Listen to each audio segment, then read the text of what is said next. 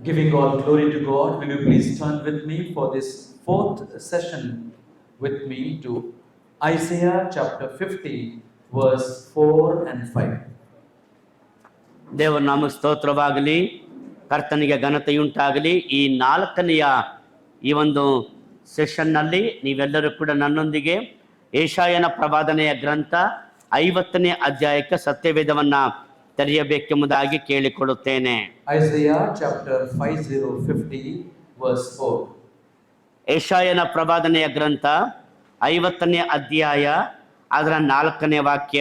The Lord God hath given me the tongue of the learned, that I should know how to speak a word in season to him that is weary. He wakeneth me morning by morning. He wakeneth mine ear to hear as the learned. ಬಳಲಿ ಹೋದವರನ್ನು ಮಾತುಗಳಿಂದ ಸುಧಾರಿಸುವುದಕ್ಕೆ ನಾನು ಬಲ್ಲವನಾಗುವಂತೆ ಕರ್ತನಾದ ಯೆಹೋವನು ಶಿಕ್ಷಿತರ ನಾಲಿಗೆಯನ್ನು ನನಗೆ ದಯಪಾಲಿಸಿದ್ದಾನೆ. ಬೆಳಬೆಳಗು ನನ್ನನ್ನು ಎಚ್ಚರಿಸಿ ಶಿಕ್ಷಿತರಂತೆ ನಾನು ಕೇಳುವ ಹಾಗೆ ನನ್ನ ಕಿವಿಯನ್ನು ಜಾಗರಗೊಳಿಸಿದ್ದಾನೆ. The Lord God hath opened mine ear, and I was not rebellious, neither turned away my back. ಕರ್ತನಾದ ಯೆಹೋವನು ನನ್ನ ಕಿವಿಯನ್ನು ತೆರೆದಿದ್ದಾನೆ, ನಾನು ಎದುರು ಬೀಳಲಿಲ್ಲ, ವಿಮುಖನಾಗಲೂ ಇಲ್ಲ. May the good Lord bless the reading of his holy word. ನಮ್ಮ ಒಳ್ಳೆಯ ಕರ್ತನು ತಾನೇ ಆತನ ಪರಿಶುದ್ಧ ವಾಕ್ಯವನ್ನ ಓದುವುದಕ್ಕೆ ಆಶೀರ್ವಾದವನ್ನ ಕೊಡಿಸಲಿ. In this golden jubilee, ನೋಡುವಾಗ ಇವತ್ತು 50ನೇ ವರ್ಷದ in the first session, ವರ್ಷಾಚರಣೆ. in the first session we have seen so great desire. ನಾವು ಮೊದಲನೆಯ ಸೆಷನ್ನಲ್ಲಿ ಶ್ರೇಷ್ಠವಾದ ಬಯಕೆ ಎಂಬುದರ ಕುರಿತಾಗಿ ಧ್ಯಾನ ಮಾಡಿದೆವು. In the second session, so great decision. ಎರಡನೆಯ ಸೆಷನ್ನಲ್ಲಿ ಶ್ರೇಷ್ಠವಾದ ತೀರ್ಮಾನದ ಕುರಿತು ಧ್ಯಾನ ಮಾಡಿದೆವು. Thirdly, we have seen so great delight in so great salvation. ಮೂರನೇದಾಗಿ ಶ್ರೇಷ್ಠವಾದ ರಕ್ಷಣೆಯಲ್ಲಿ ಶ್ರೇಷ್ಠವಾದಂತಹ ಆನಂದ ಅಥವಾ ಉಲ್ಲಾಸದ ಕುರಿತಾಗಿ ಧ್ಯಾನ ಮಾಡಿದೆವು. Now we see in the verses that we have read so great devotion. ಈ ಓದಿದಂಥ ವಾಕ್ಯ ಭಾಗದಲ್ಲಿ ನಾವು ನೋಡುವಂಥ 4ನೆಯ ಅಂಶ ಶ್ರೇಷ್ಠವಾದಂತಹ ಧ್ಯಾನ. And this verse has really touched my heart. ಈ ವಾಕ್ಯವು ನಿಜವಾಗಿಯೂ ನನ್ನ ಹೃದಯವನ್ನ ಅದು ಮುಟ್ಟಿತು. For this is a prophecy concerning the Son of God, the Lord Jesus Christ. ಇದು ದೇವಕುಮಾರನಾದ ನಮ್ಮ ಕರ್ತನಾಗಿರುವ ಯೇಸು ಕ್ರಿಸ್ತನ ಕುರಿತಾದಂತ ಪ್ರವಾದನೆಯಾಗಿದೆ. When as a God he became man and came into this world, ಆತನ ದೇವರಾಗಿದ್ದು ಆತನ ಮನುಷ್ಯನಾಗಿ ಈ ಲೋಕಕ್ಕೆ ಬಂದನು. having the tongue of the learned, ಆತನು ಶಿಕ್ಷಿತರ ನಾಲಿಗೆಯನ್ನು ಹೊಂದಿದವನಾಗಿ ಬಂದನು. to know how to speak to those who are weary, ಬಳಲಿ ಹೋದವರೊಂದಿಗೆ ಹೇಗೆ ಮಾತಾಡಬೇಕೆಂಬುದನ್ನ ತಿಳಿದವನಾಗಿ ಬಂದನು. The secret is given here. ಇಲ್ಲಿ ಅದರ ರಹಸ್ಯವು ಕೊಡಲ್ಪಟ್ಟಿದೆ. It is said that he wakeneth morning by morning. ಆ ನೋಡುವಾಗ ಆತನ ಬೆಳಬೆಳಗೂ ನನ್ನನ್ನ ಎಚ್ಚರಿಸಿ, He wakeneth mine ear to hear as the learned. ನನ್ನ ಕಿವಿಯನ್ನ ಆತನು ಶಿಕ್ಷಿತರ ಕಿವಿಯಂತೆ ಆತನು ತೆರೆದಿದ್ದಾನೆ. The Lord hath opened mine ear, ಕರ್ತನು ನನ್ನ ಕಿವಿಗಳನ್ನ ತೆರೆದಿದ್ದಾನೆ. and I was not rebellious, ಅದಕ್ಕೆ ನಾನು ವಿರುದ್ಧವಾಗಿ ಹೇಳಲಿಲ್ಲ, neither I turned my back. ನಾನು ಅದರಲ್ಲಿ ಆತನು ಹೇಳುತ್ತಾನೆ, ನಾನು ವಿಮುಖನಾಗಲೂ ಇಲ್ಲ. This is the secret of progress in our Christian life. ಇದು ನಮ್ಮ ಕ್ರೈಸ್ತ ಜೀವಿತದಲ್ಲಿ ಇರುವಂತಹ ಬೆಳವಣಿಗೆ ಅಥವಾ ಅಭಿವೃದ್ಧಿಯ ರಹಸ್ಯವಾಗಿದೆ. It was needed for the Lord Jesus Christ. How much more it is needed for you and me to have a quiet time in the presence of God. ಕರ್ತನಾಗಿರುವಂತ ಯೇಸು ಕ್ರಿಸ್ತನಿಗೆ ದೇವರ ಸನ್ನಿಧಿಯಲ್ಲಿ ಪ್ರಶಾಂತ ಸಮಯವನ್ನ ಕಳೆಯುವಂತಹ ಮಾಡಿದ್ದೇ ಆಗಿದ್ದರೆ, ಅದರ ಅವಶ್ಯಕತೆ ಆತನಿಗಿದ್ದದ್ದೇ ಆಗಿದ್ದರೆ, ನನಗೆ ಮತ್ತು ನಿಮಗೆ ಇದು ಇನ್ನೂ ಎಷ್ಟು ಹೆಚ್ಚಾದ ರೀತಿಯಲ್ಲಿ ಅವಶ್ಯಕವಲ್ಲವೇ? to make it very simple and for us to understand and make it practical in our Christian life, ಇದನ್ನು ಬಹಳ ಸರಳವಾಗಿ ಹೇಳುವುದಾದರೆ ಅಥವಾ ನಮ್ಮ ಪ್ರಾಯೋಗಿಕ ಕ್ರೈಸ್ತ ಜೀವಿತದಲ್ಲಿ ಅದನ್ನ ಅನ್ವಯಿಸಿಕೊಳ್ಳುವಂತೆ ಮಾಡಬೇಕಾದರೆ we will see it answering just 3 simple questions. ನಾವು ಸರಳವಾದಂತ 3 ಪ್ರಶ್ನೆಗಳಿಗೆ ನಾವು ಉತ್ತರ ಕೊಟ್ಟರೆ ಸಾಕು. Number 1, what is quiet time? ಮೊದಲನೇದಾಗಿ ಕ್ವೈಟ್ ಟೈಮ್ ಅಥವಾ ಪ್ರಶಾಂತ ಸಮಯ ಅಂದರೇನು? Number 2, why is quiet time? ಎರಡನೇದಾಗಿ ಯಾಕೆ ನಮಗೆ ಪ್ರಶಾಂತ ಸಮಯ ಅಗತ್ಯ? What it is, ಅದು ಏನು? why it is, ಅದು ಯಾಕೆ? and thirdly, ಮೂರನೇದಾಗಿ how should we have quiet time? ನಾವು ಈ ಪ್ರಶಾಂತ ಸಮಯವನ್ನ ಅಥವಾ ಕ್ವೈಟ್ ಟೈಮ್ ಅನ್ನ ನಾವು ಹೇಗೆ ಹೊಂದುವುದು ಅಥವಾ ಹೇಗೆ ಅದನ್ನ ಮಾಡುವುದು? This was the secret of the ministry of the Lord Jesus. ಇದು ಕರ್ತನಾಗಿರುವ ಯೇಸು ಕ್ರಿಸ್ತನ ಸೇವೆಯ ರಹಸ್ಯವಾಗಿತ್ತು. However busy he was in the ministry, ಸೇವೆಯಲ್ಲಿ ಆತನು ಎಷ್ಟೇ ಬ್ಯುಸಿಯಾಗಿ ತಲ್ಲೀನನಾಗಿದ್ದರೂ ಕೂಡ his personal time with God, ದೇವರೊಂದಿಗಿನ ಆತನ ವೈಯಕ್ತಿಕ ಸಮಯ, his time in prayer before God, ಪ್ರಾರ್ಥನೆಯಲ್ಲಿ ದೇವರ ಮುಂದೆ ಆತನು ಕಳೆದಂತ ಸಮಯ. and he's saying to the disciples, ಆತನು ತನ್ನ ಶಿಷ್ಯರಿಗೆ ಹೇಳುತ್ತಾನೆ, one time when he went to the village of Samaria, ಸಮಾರ್ಯದ ಒಂದು ಹಳ್ಳಿಗೆ ಒಂದು ಸಾರಿ ಹೋಗಿದ್ದಾಗ, while he sat at the well, the disciples went for buying food in the neighboring village. ಆತನು ಆ ಬಾವಿಯ ಹತ್ರ ಕುಳಿತಿದ್ದನು. ಆಗ ಆತನ ಶಿಷ್ಯರೆಲ್ಲರೂ ಕೂಡ ಪಕ್ಕದಲ್ಲಿದ್ದಂತ ಹಳ್ಳಿಗೆ ಅವರ ಆಹಾರವನ್ನ ತರುವುದಕ್ಕಾಗಿ ಅವರು ಹೋಗಿದ್ದರು. When they came back and they saw him, ಅವರು ಹಿಂತಿರುಗಿ ಬಂದು ಯೇಸುವನ್ನ ನೋಡಿದಾಗ they thought that he already had food.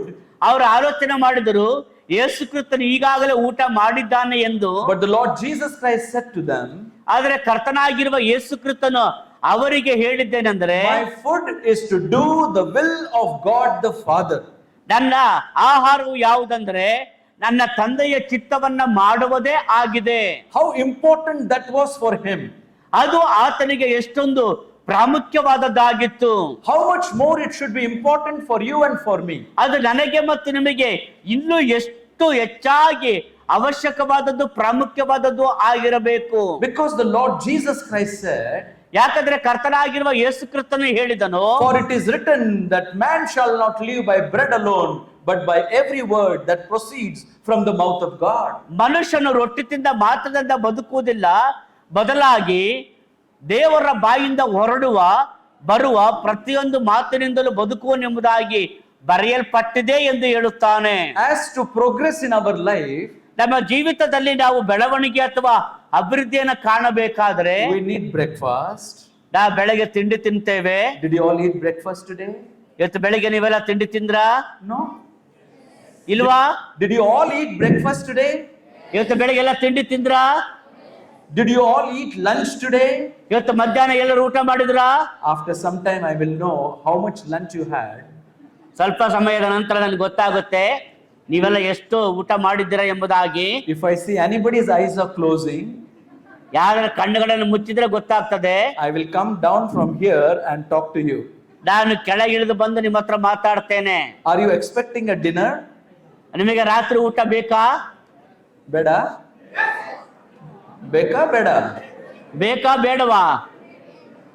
ಬೇಡ? She doesn't want, okay? No dinner for you. Okay. We want food 3 times a day. ನಮಗೆ 3 ಹೊತ್ತು ಊಟ ಬೇಕು. And if it is given on 4th time also in between some snacks, we welcome that also. ಒಂದು ವೇಳೆ ಈ 3 ಹೊತ್ತಿನ ಊಟದ ನಡುವೆ ಏನಾದ್ರೂ ತಿಂಡಿ ಕೊಡುವುದಾದ್ರೆ ಅದನ್ನು ತಗೊಳ್ತೇವೆ. How much more it is required for our spiritual life. ಹಾಗಾದ್ರೆ ನಮ್ಮ ಆತ್ಮಿಕ ಜೀವನಕ್ಕೆ ಇನ್ನು ಎಷ್ಟು ಹೆಚ್ಚಾಗಿ ಬೇಕಲ್ಲವೇ? Why many Christians are weak today? ಇವತ್ತು ಯಾಕೆ ಅನೇಕ ಕ್ರೈಸ್ತರು ಬಲಹೀನರಾಗಿದ್ದಾರೆ? Why they are not used by the Lord today? ಯಾಕೆ ಅವರು ಕರ್ತನಿಂದ ಇವತ್ತು ಉಪಯೋಗಿಸಲ್ಪಡುತ್ತಾ ಇಲ್ಲ? We may have head knowledge, ನಮಗೆ ತಲೆಯ ಜ್ಞಾನ ಇರಬಹುದು. but when we talk about quiet time, it is not only head knowledge, but it is a practical knowledge of the will of God in our life. ನಮಗೆ ತಲೆಯ ಜ್ಞಾನ ಇರಬಹುದು, ಆದರೂ ಕೂಡ ನಮ್ಮ ಜೀವಿತದಲ್ಲಿ ಅಗತ್ಯವಾಗಿ ದೇವರ ಚಿತ್ತ ಏನೆಂಬುದನ್ನ ತಿಳಿದುಕೊಳ್ಳುವಂತ ಜ್ಞಾನ ಕೂಡ ಅಷ್ಟೇ ಪ್ರಾಮುಖ್ಯವಾಗಿದೆ. Of all the classes, this is a very important class. ಎಲ್ಲ ತರಗತಿಗಳಲ್ಲಿಯೂ ಕೂಡ ಈ ತರಗತಿ ಬಹಳ ಪ್ರಾಮುಖ್ಯವಾದದ್ದು. This is the secret of progressing our life in relationship with God. ದೇವರೊಂದಿಗಿನ ಸಂಬಂಧದಲ್ಲಿ ನಮ್ಮ ಜೀವಿತದ ಬೆಳವಣಿಗೆ ಅಥವಾ ಅಭಿವೃದ್ಧಿಯ ಕುರಿತಾಗಿ ನಾವು ಧ್ಯಾನಿಸುತ್ತಿದ್ದೇವೆ ಈ ಒಂದು ತರಗತಿಯಲ್ಲಿ. It is like a wheel. ಅದು ಒಂದು ರೀತಿಯಲ್ಲಿ ಚಕ್ರದ ಹಾಗೆ.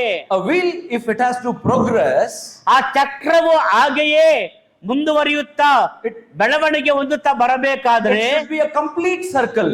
ಅದು ಸಂಪೂರ್ಣವಾದಂತ ವೃತ್ತಾಕಾರವಾಗಿರಬೇಕು. If it is broken in between, ಒಂದು ವೇಳೆ ಮಧ್ಯದಲ್ಲಿ ಆದ್ರೂ ಮುರಿದು ಹೋದರೆ there will be no progress in that wheel going forward. ಆ ಚಕ್ರದಲ್ಲಿ ವೃತ್ತದಲ್ಲಿ ಅದು ಬೆಳವಣಿಗೆ ಹೊಂದುತ್ತಾ ಅಭಿವೃದ್ಧಿ ಹೊಂದುವುದಕ್ಕೆ ಅವಕಾಶವೇ ಆಗುವುದಿಲ್ಲ. So when you see a wheel, ನೀವು ಯಾವ್ದಾದ್ರೂ ಚಕ್ರವನ್ನ ನೋಡಿದಾಗ God on the upper side, ದೇವರು ಮೇಲ್ಭಾಗದಲ್ಲಿರುತ್ತಾನೆ, you and I on the bottom side, ನಾನು ಮತ್ತು ನೀವು ತಳಭಾಗದಲ್ಲಿರುತ್ತೇವೆ. and if God and man, ದೇವರು God and me, if our relationship has to progress, ದೇವರು ಮತ್ತು ಮನುಷ್ಯನು ಅಥವಾ ದೇವರು ಮತ್ತು ನಾನು ಅಭಿವೃದ್ಧಿಯನ್ನ ಅಥವಾ ಬೆಳವಣಿಗೆಯನ್ನ ಹೊಂದುತ್ತಾ ಇರಬೇಕಾದ್ರೆ there must be a quiet time in my life with God. ದೇವರೊಂದಿಗೆ ನಾನು ಯಾವಾಗಲೂ ಕೂಡ ಕ್ವೈಟ್ ಟೈಮ್ ಮತ್ತು ಪ್ರಶಾಂತ ಸಮಯವನ್ನ ನಾವು ಹೊಂದಿರಲೇಬೇಕು. Which means God speaking to me through His word. ಅದರ ಅರ್ಥ ದೇವರು ತನ್ನ ವಾಕ್ಯದ ಮೂಲಕ ನನ್ನೊಂದಿಗೆ ಮಾತನಾಡುವ ಸಮಯ. I am hearing the voice of God. ನಾನು ದೇವರ ಸ್ವರವನ್ನ ಪ್ರತಿದಿನ ಕೇಳಿಸಿಕೊಳ್ಳುವುದು. I am learning the will of God. ದೇವರ ಚಿತ್ತವನ್ನ ಕಲಿತುಕೊಳ್ಳುವುದು. I am getting the promises of God. ದೇವರ ವಾಗ್ದಾನಗಳನ್ನ ಪಡೆದುಕೊಳ್ಳುವುದು. I understand the plan and purposes of God. ದೇವರ ಉದ್ದೇಶ ಹಾಗೂ ದೇವರ ಯೋಜನೆ, ದೇವರ ಸಂಕಲ್ಪಗಳನ್ನ ನಾನು ತಿಳಿದುಕೊಳ್ಳುವುದು. God reaching to me through His holy word. ದೇವರು ತನ್ನ ಪರಿಶುದ್ಧ ವಾಕ್ಯದ ಮೂಲಕ ಆತನು ನನ್ನನ್ನ ಸಂಧಿಸುತ್ತಾನೆ. That's a half circle. ಅದು ಒಂದು ಬಹಳ ಹೃದಯದ ಒಂದು ಚಿತ್ರಣ ಅಥವಾ ಒಂದು ವೃತ್ತ. But the other side of the circle is ಆ ಒಂದು ವೃತ್ತದ ಮತ್ತೊಂದು ಭಾಗದಲ್ಲಿ ನೋಡುವುದಾದ್ರೆ me speaking to God, ನಾನು ದೇವರೊಂದಿಗೆ ಮಾತನಾಡುವುದು, talking to God, ದೇವರೊಂದಿಗೆ ಮಾತನಾಡುವುದು, communing and having fellowship with God ದೇವರೊಂದಿಗೆ ಸಂಪರ್ಕ, ದೇವರೊಂದಿಗೆ ಅನ್ಯೋನ್ಯತೆಯನ್ನ ಹೊಂದುವುದು through my prayer and intercession. ನನ್ನ ಪ್ರಾರ್ಥನೆ ಹಾಗೂ ಮಧ್ಯಸ್ಥಿಕೆಯ ಪ್ರಾರ್ಥನೆಯ ಮೂಲಕವಾಗಿ. That is the other side of the circle. ಅದು ಆ ವೃತ್ತದ ಮತ್ತೊಂದು ಬದಿ. So God speaking to me, ದೇವರು ನನ್ನೊಂದಿಗೆ I ಮಾತನಾಡುತ್ತಾನೆ, am speaking to God. ನಾನು ದೇವರೊಂದಿಗೆ ಮಾತನಾಡುತ್ತೇನೆ. God speaking to me through His word, ದೇವರು ತನ್ನ ವಾಕ್ಯದ ಮೂಲಕ ನನ್ನೊಂದಿಗೆ ಮಾತನಾಡುತ್ತಾನೆ, and I am speaking to God through prayer.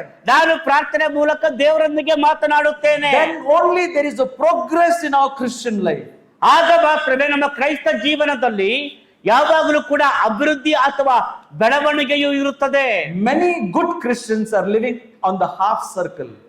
ಇವತ್ತು ಅನೇಕ ಕ್ರೈಸ್ತರು ಕಷ್ಟಕರವಾದಂತಹ ಆ ವೃತ್ತದಲ್ಲಿ ಜೀವಿಸುತ್ತಿರುತ್ತಾರೆ. They take the other side of the circle and ignore the first side of the circle. ಅವರು ತಮ್ಮ ಜೀವಿತದಲ್ಲಿ ಮೊದಲನೆಯ ವೃತ್ತವನ್ನ ಅವರು ನೋಡದೆ ಅಥವಾ ಅನುಭವಿಸದೆ ಮತ್ತೊಂದು ಬದಿಯ ಆ ವೃತ್ತವನ್ನು ಮಾತ್ರ ಹೇಳುತ್ತಾರೆ. For anything and any time, they are ready and very good in praying to God. ಯಾವ ಸಮಯದಲ್ಲಿ ಆಗಲಿ ಯಾವಾಗಲೇ ಆಗಲಿ ದೇವರ ಹತ್ರ ಪ್ರಾರ್ಥನೆ ಮಾಡಕ್ಕೆ ಸಿದ್ಧರಿರುತ್ತಾರೆ. So when you pray to God, ನೀವು ದೇವರೊಂದಿಗೆ ಪ್ರಾರ್ಥನೆ ಮಾಡಿದಾಗ that's a good thing, ಅದು ಒಳ್ಳೆಯದೇ. but it's a half circle.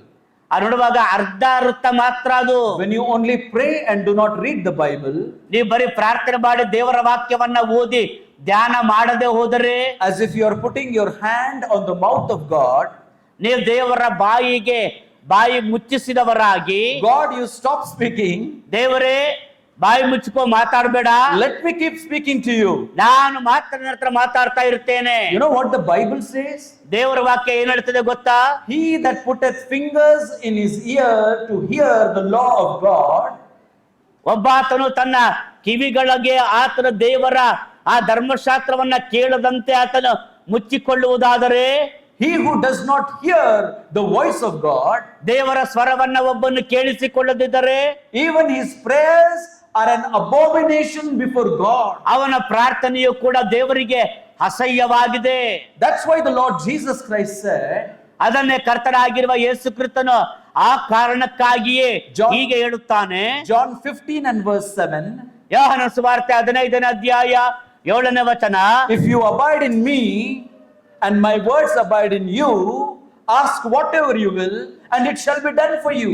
ನೀವು ನನ್ನಲ್ಲಿಯೂ ನನ್ನ ವಾಕ್ಯಗಳು ನಿಮ್ಮಲ್ಲಿಯೂ ನೆಲೆಗೊಂಡಿದ್ದರೆ ಏನು ಬೇಕಾದ್ರೂ ಬೇಡಿಕೊಳ್ಳಿರಿ, ಅದು ನಿಮಗೆ ದೊರಕುವುದು. And in quiet time, that is what we do. ನಮ್ಮ ಪ್ರಶಾಂತ ಸಮಯದಲ್ಲಿ ಕ್ವೈಟ್ ಟೈಮ್ ನಲ್ಲಿ ನಾವು ಅದನ್ನೇ ಮಾಡುತ್ತೇವೆ. We sit in the presence of God, ನಾವು ದೇವರ ಪ್ರಸನ್ನತೆಯಲ್ಲಿ ದೇವರ ಸಾನ್ನಿಧ್ಯದಲ್ಲಿ ಕುಳಿತುಕೊಳ್ಳುತ್ತೇವೆ. waiting upon God to hear his voice. ನಾವು ದೇವರ ಸ್ವರವನ್ನ ಕೇಳಿಸಿಕೊಳ್ಳುವುದಕ್ಕಾಗಿ ನಾವು ಕಾಯುತ್ತಾ ಇರುತ್ತೇವೆ. That is what is said about the Lord Jesus. ಅದನ್ನೇ ಕರ್ತನಾಗಿರುವ ಯೇಸು ಕ್ರಿಸ್ತರ ಕುರಿತಾಗಿ ಬರೆಯಲ್ಪಟ್ಟಿದೆ. He wakeneth mine ear morning by morning. ಬೆಳಗು ನನ್ನನ್ನು ಎಚ್ಚರಿಸಿ ಶಿಕ್ಷಿಸರಂತೆ ನಾನು ಕೇಳುವ ಹಾಗೆ ನನ್ನ ಕಿವಿಯನ್ನು ಜಾಗರಗೊಳಿಸುತ್ತಾನೆ. When you take out time to read the scripture, ನೀವು ದೇವರ ವಾಕ್ಯವನ್ನು ಓದುವುದಕ್ಕಾಗಿ ಸಮಯವನ್ನು ತೆಗೆದುಕೊಳ್ಳುವಾಗ, allowing God to speak to you, ದೇವರ ನಿಮ್ಮೊಂದಿಗೆ ಮಾತನಾಡಬೇಕೆಂಬುದಾಗಿ ನೀವು ಕೇಳಿಕೊಂಡು ಕಾಯುತ್ತಾ ಇರುವಾಗ, and on what God has spoken, when you communicate back to him, ದೇವರು ನಿಮ್ಮೊಂದಿಗೆ ಏನನ್ನ ಮಾತನಾಡಿದ್ದಾರೋ ಅದನ್ನ ನೀವು ಆತನೊಂದಿಗೆ ಮಾತನಾಡುವಾಗ ಸಂಪರ್ಕಿಸುವವರಾಗುತ್ತೀರಿ. there will be progress in your Christian life. ನಿಮ್ಮ ಕ್ರೈಸ್ತ ಜೀವಿತದಲ್ಲಿ ಒಂದು ಬೆಳವಣಿಗೆ ಇರುತ್ತದೆ, ಅಭಿವೃದ್ಧಿ ಇರುತ್ತದೆ. This is spoken about the Lord Jesus. ಇದು ಕರ್ತನಾಗಿರುವ ಯೇಸು ಕ್ರಿಸ್ತನ ಕುರಿತಾಗಿ ಮಾತನಾಡಲ್ಪಟ್ಟಿದೆ. But have you read in Genesis chapter 3, ಆದಿಕಾಂಡ 3ನೇ ಅಧ್ಯಾಯದಲ್ಲಿ ಓದಿದ್ದೀರಾ? in verse 8, 8ನೇ ವಾಕ್ಯ, what happened when God came to talk to Adam in the cool of the day? ದೇವರು ಆ ಸಂಜೆಯ ತಂಗಾಳಿಯಲ್ಲಿ ಆತನು ಆದಾಮನೊಂದಿಗೆ ಮಾತನಾಡಲು ಬಂದಾಗ ಏನಾಯ್ತು? God wanted to have that fellowship with him also. ದೇವರು ಆದಾಮನೊಂದಿಗೂ ಕೂಡ ಅನ್ಯೋನ್ಯತೆಯನ್ನ ಹೊಂದಲು ಬಯಸಿದ್ದನು. Look at verse 8. 8ನೇ ವಾಕ್ಯ ನೋಡಿರಿ. And they heard the voice of the Lord God walking in the garden in the cool of the day, and Adam and his wife hid themselves from the presence of the Lord God amongst the trees of the garden. ತರುವಾಯ ಯೆಹೋವ ದೇವರು ಸಂಜೆಯ ತಂಗಾಳಿಯಲ್ಲಿ ತೋಟದೊಳಗೆ ಸಂಚರಿಸುತ್ತಿರುವಾಗ ಆ ಸ್ತ್ರೀ ಪುರುಷರು ಆತನ ಸಪ್ಪಳವನ್ನ ಕೇಳಿ ಆತನಿಗೆ ಕಾಣಿಸಬಾರದೆಂದು ತೋಟದ ಮರಗಳ ಹಿಂದೆ ಅಡಗಿಕೊಂಡರು. How sad it was. ಎಷ್ಟು ದುಃಖಕರವಾದದ್ದಾಗಿತ್ತು This ಇದು. time God as always came to speak to Adam. ದೇವರು ಯಾವಾಗಲೂ ಕೂಡ ಆದಾಮನೊಂದಿಗೆ ಮಾತನಾಡಲು ಬರುತ್ತಿದ್ದನು. But Adam and Eve were not prepared to hear the voice of God. ಆದರೆ ಆದಾಮ ಅವರು ದೇವರ ಸ್ವರವನ್ನ ಕೇಳಿಸಿಕೊಳ್ಳುವುದಕ್ಕೆ ಸಿದ್ಧರಿರಲಿಲ್ಲ. And because of the sin in their life, ಅವರ ಜೀವಿತದಲ್ಲಿ ಪಾಪವೇ ಇದ್ದದ್ದರಿಂದ we read that they were afraid and they were hiding behind the bush. ಅವರು ಭಯಗೊಂಡವರಾಗಿ ಅವರು ಆ ಒಂದು ಪೊದೆಯ ಹಿಂದೆ ಬಚ್ಚಿಟ್ಟುಕೊಂಡರು. Only sin can hinder your quiet time. ಕೇವಲ ಪಾಪ ಮಾತ್ರವೇ ನಿಮ್ಮ ಪ್ರಶಾಂತ ಸಮಯವನ್ನ ಅದು ತಡೆ ಮಾಡಲಿಕ್ಕೆ ಸಾಧ್ಯ. Whenever God had to use any man, ಯಾವ ಮನುಷ್ಯನನ್ನಾದರೂ ಯಾವಾಗಲಾದರೂ ದೇವರು ಉಪಯೋಗಿಸಿಕೊಳ್ಳಬೇಕೆಂದರೆ, or any woman, ಯಾವುದೇ ಸ್ತ್ರೀಯನ್ನಾಗಲಿ ಉಪಯೋಗಿಸಿಕೊಳ್ಳಬೇಕೆಂದರೆ, the eyes of the Lord run to and fro throughout the whole earth. ದೇವರ ಕಣ್ಣುಗಳು ಆ ಭೂಮಿಯ ಸುತ್ತಲೂ ಕೂಡ ಅದು ತಿರುಗುತ್ತಲೇ ಇರುತ್ತದೆ, ಅವರನ್ನ ಹುಡುಕಿಕೊಂಡು, to show himself strong on behalf of them whose heart is fully committed to him. ಯಾರ ಹೃದಯವು ಕರ್ತನ ಕಡೆಗೆ ಸಂಪೂರ್ಣವಾಗಿ ಸಮರ್ಪಿಸಲ್ಪಟ್ಟಿದೆಯೋ ಅವರ ಕಡೆಗೆ ದಯೆಯನ್ನು ತೋರಿಸುವುದಕ್ಕಾಗಿ ದೇವರ ಕಣ್ಣುಗಳು ಲೋಕವೆಲ್ಲ ತಿರುಗುತ್ತಿರುತ್ತವೆ. Write down 2 Chronicles chapter 16 and verse 9. 2 ಪೂರ್ವಕಾಲ ವೃತ್ತಾಂತ 16ನೇ ಅಧ್ಯಾಯ 9ನೇ ವಾಕ್ಯವನ್ನ ಬರೆದುಕೊಳ್ಳಿರಿ. Even today the eyes of the Lord are searching for a man, a woman, a boy, a girl who are having ready to exercise that heart in the presence of God. ಇವತ್ತಿಗೂ ಕೂಡ ಯಾವ ಸಹೋದರನ ಸಹೋದರಿಯ ಯವನಸ್ಥೆಯ ಆ ಹೃದಯಗಳು ಕರ್ತನ ಕಡೆಗೆ ತಿರುಗಿಕೊಂಡು ಆತನನ್ನ ಎದುರು ನೋಡುತ್ತವೆಯೋ ಎಂಬುದನ್ನು ನೋಡುವುದಕ್ಕಾಗಿ ದೇವರ ಕಣ್ಣುಗಳು ಇವತ್ತು ಕೂಡ ಅವು ತಿರುಗುತ್ತಲೇ ಇವೆ. Will the eyes of the Lord find you? ಆ ದೇವರ ಕಣ್ಣುಗಳಿಗೆ ನೀನು ಕಂಡು ಬರುತ್ತೀಯಾ? ನಿನ್ನನ್ನ ದೇವರ ಕಣ್ಣುಗಳು ಕಂಡುಕೊಳ್ಳುತ್ತವೆಯಾ? Will you be found in the presence of God? ದೇವರ ಪ್ರಸನ್ನತೆಯಲ್ಲಿ ಅಥವಾ ದೇವರ ಸನ್ನಿಧಿಯಲ್ಲಿ ನೀನು ದೇವರಿಗೆ ಕಾಣ ಬರುತ್ತೀಯಾ? There is no other secret other than this. ಇದಕ್ಕಿಂತಲೂ ಕೂಡ ಮಿಗಿಲಾದಂತಹ ಬೇರೆಯಾದಂತಹ ರಹಸ್ಯ ಇಲ್ಲವೇ ಇಲ್ಲ. Whoever we are, ನೀವು ಯಾರೇ the ಆಗಿದ್ದರು, Lord is looking for one young man, one young girl, a brother, a sister, who are ready to exercise their heart and spend time in the presence of the Lord. ಯಾವ ಸಹೋದರನೋ ಸಹೋದರಿಯೋ, ಯವನಸ್ಥನೋ ಯವನಸ್ಥೆಯೋ, ಹುಡುಗನೋ ಹುಡುಗಿಯೋ, ಅವರು ತಮ್ಮ ಹೃದಯವನ್ನ ಸಿದ್ಧಪಡಿಸಿಕೊಂಡವರಾಗಿ ದೇವರ ಸನ್ನಿಧಿಯಲ್ಲಿ ಕುಳಿತು ದೇವರ ಸ್ವರವನ್ನ ಕೇಳುವುದಕ್ಕಾಗಿ ಕಾಯುತ್ತಾರೋ ಅಂತವರನ್ನ ನೋಡುವುದಕ್ಕಾಗಿ ದೇವರ ಕಣ್ಣುಗಳು ಸಂಚರಿಸುತ್ತಲೇ ಇರುತ್ತವೆ. Sometimes some young men or young women, they come and ask us, ಕೆಲವು ಸಾರಿ ಕೆಲವು ಯವನಸ್ಥ ಸಹೋದರನು ಸಹೋದರಿಯು ಬಂದು ನಮ್ಮ ಬಳಿಯಲ್ಲಿ ಕೇಳುತ್ತಾರೆ, Uncle, how you prepare these messages? Uncle, ನೀವು ಈ ಸಂದೇಶಗಳನ್ನ ಹೇಗೆ ಸಿದ್ಧಪಡಿಸುತ್ತೀರಿ? Which is good commentary? ಯಾವ ಒಳ್ಳೆಯ commentary, Which is good Bible dictionary? ಯಾವ ಬೈಬಲ್ ಶಬ್ದಕೋಶ ಅಥವಾ ಬೈಬಲ್ ವ್ಯಾಖ್ಯಾನ ಪುಸ್ತಕ ಯಾವುದು ಒಳ್ಳೆಯದು? Which Bible school did you go? ನೀವು ಯಾವ ಸತ್ಯವೇದ ಶಾಲೆಗೆ ಹೋಗಿದ್ದೀರಿ? You know what I tell each one of them? ನಾನು ಪ್ರತಿಯೊಬ್ಬೊಬ್ಬರಿಗೂ ಕೂಡ ನಾನು ಏನೆಂಬುದು ಉತ್ತರ ಕೊಡುತ್ತಿದ್ದೆ ಗೊತ್ತಾ? My Bible school is Mary's Bible school. Mary. ನನ್ನ ಸತ್ಯವೇದ ಶಾಲೆ ಮರಿಯಳ ಸತ್ಯವೇದ ಶಾಲೆ. Where was that Mary's Bible school? ಮರಿಯಳ ಸತ್ಯವೇದ ಶಾಲೆ ಎಲ್ಲಿದೆ? Where was she found always? ಅವಳು ಯಾವಾಗಲೂ ಕೂಡ ಎಲ್ಲಿ ಕಾಣ ಬರುತ್ತಿದ್ದಳು? At the feet of the Lord. ಕರ್ತನ ಪಾದದಡಿಯಲ್ಲಿ. At the feet of the Lord. ಕರ್ತನ ಪಾದದ ಬಳಿಯಲ್ಲಿ. Commentaries are good. ವ್ಯಾಖ್ಯಾನ ಪುಸ್ತಕಗಳು ಒಳ್ಳೆಯದೇ. Dictionaries are good. ಶಬ್ದಕೋಶಗಳು ಒಳ್ಳೆಯವೇ. Taking help from here and there is good. ಅಲ್ಲಿ ಇಲ್ಲಿ ಸಹಾಯ ಪಡೆದುಕೊಳ್ಳುವುದು ಕೂಡ ಒಳ್ಳೆಯದೇ. But let me tell you, ಆದ್ರೆ ನಾನು ನಿಮಗೆ ಒಂದನ್ನ ಹೇಳುತ್ತೇನೆ, there is no better place than to sit at the feet of the Lord and spend quiet time with Him. ಕರ್ತನ ಸನ್ನಿಧಾನದಲ್ಲಿ ಕ್ರಿಸ್ತನ ಪ್ರಸನ್ನತೆಯಲ್ಲಿ ಕುಳಿತು ಕ್ವೈಟ್ ಟೈಮ್ ಅಥವಾ ಪ್ರಶಾಂತ ಸಮಯ, ಧ್ಯಾನ ಸಮಯವನ್ನ ಕಳೆಯುವುದಕ್ಕಿಂತ ಉತ್ತಮವಾದ ಸ್ಥಳ ಯಾವುದೂ ಇಲ್ಲ. And that's why the Lord told to her sister Martha, ಆದ್ದರಿಂದಲೇ ಕರ್ತನು ಮರಿಯಳ ಸಹೋದರಿ ಮಾರ್ತಳಿಗೆ ಹೀಗೆ ಹೇಳುತ್ತಾನೆ, she has selected a best place. ಆಕೆ ಉತ್ತಮವಾದ ಸ್ಥಳವನ್ನ ಆರಿಸಿಕೊಂಡಿದ್ದಾಳೆ. She has taken a best position. ಆಕೆಯ ಒಳ್ಳೆಯ ಆ ಒಂದು ಸ್ಥಳವನ್ನ ಆರಿಸಿಕೊಂಡಿದ್ದಾಳೆ. Because this is the one thing that is needed. ಯಾಕಂದ್ರೆ ಆ ಒಂದು ಸಂಗತಿಯೇ ಅಗತ್ಯವಾಗಿತ್ತು. In the scripture we have so many examples. ದೇವರ ವಾಕ್ಯದ ನಮಗೆ ಅನೇಕ ಉದಾಹರಣೆಗಳು ಇವೆ. And God is looking for that young man in you. ಆ ಯವನಸ್ಥನನ್ನ ದೇವರು ನಿನ್ನಲ್ಲಿ ಕಾಣಬೇಕೆಂದು A ಬಯಸುತ್ತಾನೆ. young woman in you. ಆ ಯವನಸ್ಥ ಸ್ತ್ರೀಯನ್ನ ನಿನ್ನಲ್ಲಿ ಕಾಣಲು ಬಯಸುತ್ತಾನೆ. That through this quiet time he might prepare you as a vessel of honor, a vessel for his use.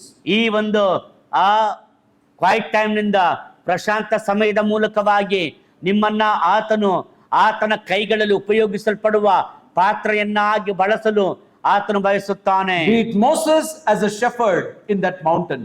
ಆ ಮೋಶೆಯು ಆ ಬೆಟ್ಟದ ಮೇಲೆ ಆತನು ಕುರುಬನಾಗಿ ಕುರಿಗಳನ್ನ ಮೇಯಿಸುವವನಾಗಿ ಕಂಡು ಬಂದನು. Be it Isaiah in the vision that he saw in chapter 6.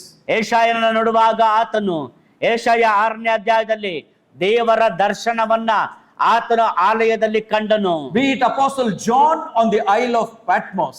ಅಪೊಸ್ತಲ ಪೌಲನನ್ನು ನೋಡಿರಿ, ಆತನು ಪತ್ಮೋಸ್ ದ್ವೀಪದಲ್ಲಿ ಆತನಿದ್ದನು. I referred 3 examples.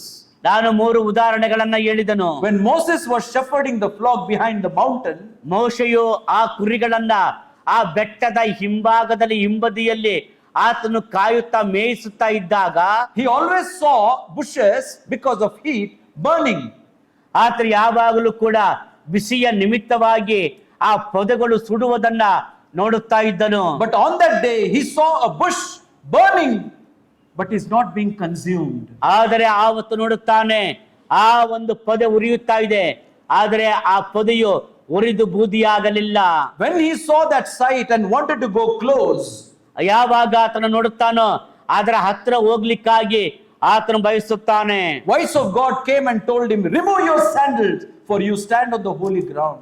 ದೇವರು ಅವನಿಗೆ ಬಂದು ಹೇಳುತ್ತಾರೆ, ನಿನ್ನ ಕಾಲಲ್ಲಿರುವಂತ ಕೆರೆಗಳನ್ನ ಆ ಕಡೆ ಬಿಡು, ಆತ್ತ ಕಡೆ ಬಿಟ್ಟು ಬಾ, ಯಾಕಂದ್ರೆ ನಾನು ನಿಂತಿರುವಂತ ಸ್ಥಳವು ಪರಿಶುದ್ಧ ಭೂಮಿ ಎಂಬುದಾಗಿ ಹೇಳುತ್ತಾನೆ. That means between God and His holiness, there should be nothing in between. ದೇವರ ಮತ್ತು ದೇವರ ಪರಿಶುದ್ಧತೆಯ ನಡುವೆ ಬೇರೆ ಯಾವುದು ಕೂಡ ಬರಬಾರದು. For Moses, it was a burning bush. ಮೋಶೆಗೆ ಆ ಒಂದು ಉರಿಯುವ ಪೊದೆ, For Isaiah, it was a burning coal. ಏಷಾಯನಿಗೆ ಉರಿಯುತ್ತಾ ಇದ್ದಂತಹ ಆ ಒಂದು Tadasa. He cried out and said, "Woe unto me, for I am an unclean man with unclean lips, dwelling among the unclean people." ಅಲ್ಲಿ ಏಷಾಯನು ಕೂಗುತ್ತಾನೆ, ನಾನು ಹೊಲಸು ತುಟಿಯವರ ಮಧ್ಯದಲ್ಲಿ ವಾಸಿಸುವನು ಎಂಬುದಾಗಿ ಆತನು ಕೂಗುತ್ತಾನೆ. For Moses, it was a burning bush. ಮೋಶೆಗೆ ಉರಿಯುವ ಪೊದೆ. For Isaiah, it was a burning coal. ಏಷಾಯನಿಗೆ ಉರಿಯುತ್ತಾ ಇದ್ದಂತ Tadasa. And for John, ಯೋಹಾನನಿಗೆ it was a burning lampstand. ಆದರೆ ಉರಿಯುತ್ತಾ ಇದ್ದಂತ ದೀಪಸ್ತಂಭ. What a vision it was. ಎಂತ ದರ್ಶನ ಇದಾಗಿತ್ತು. Moses had to remove the sandals.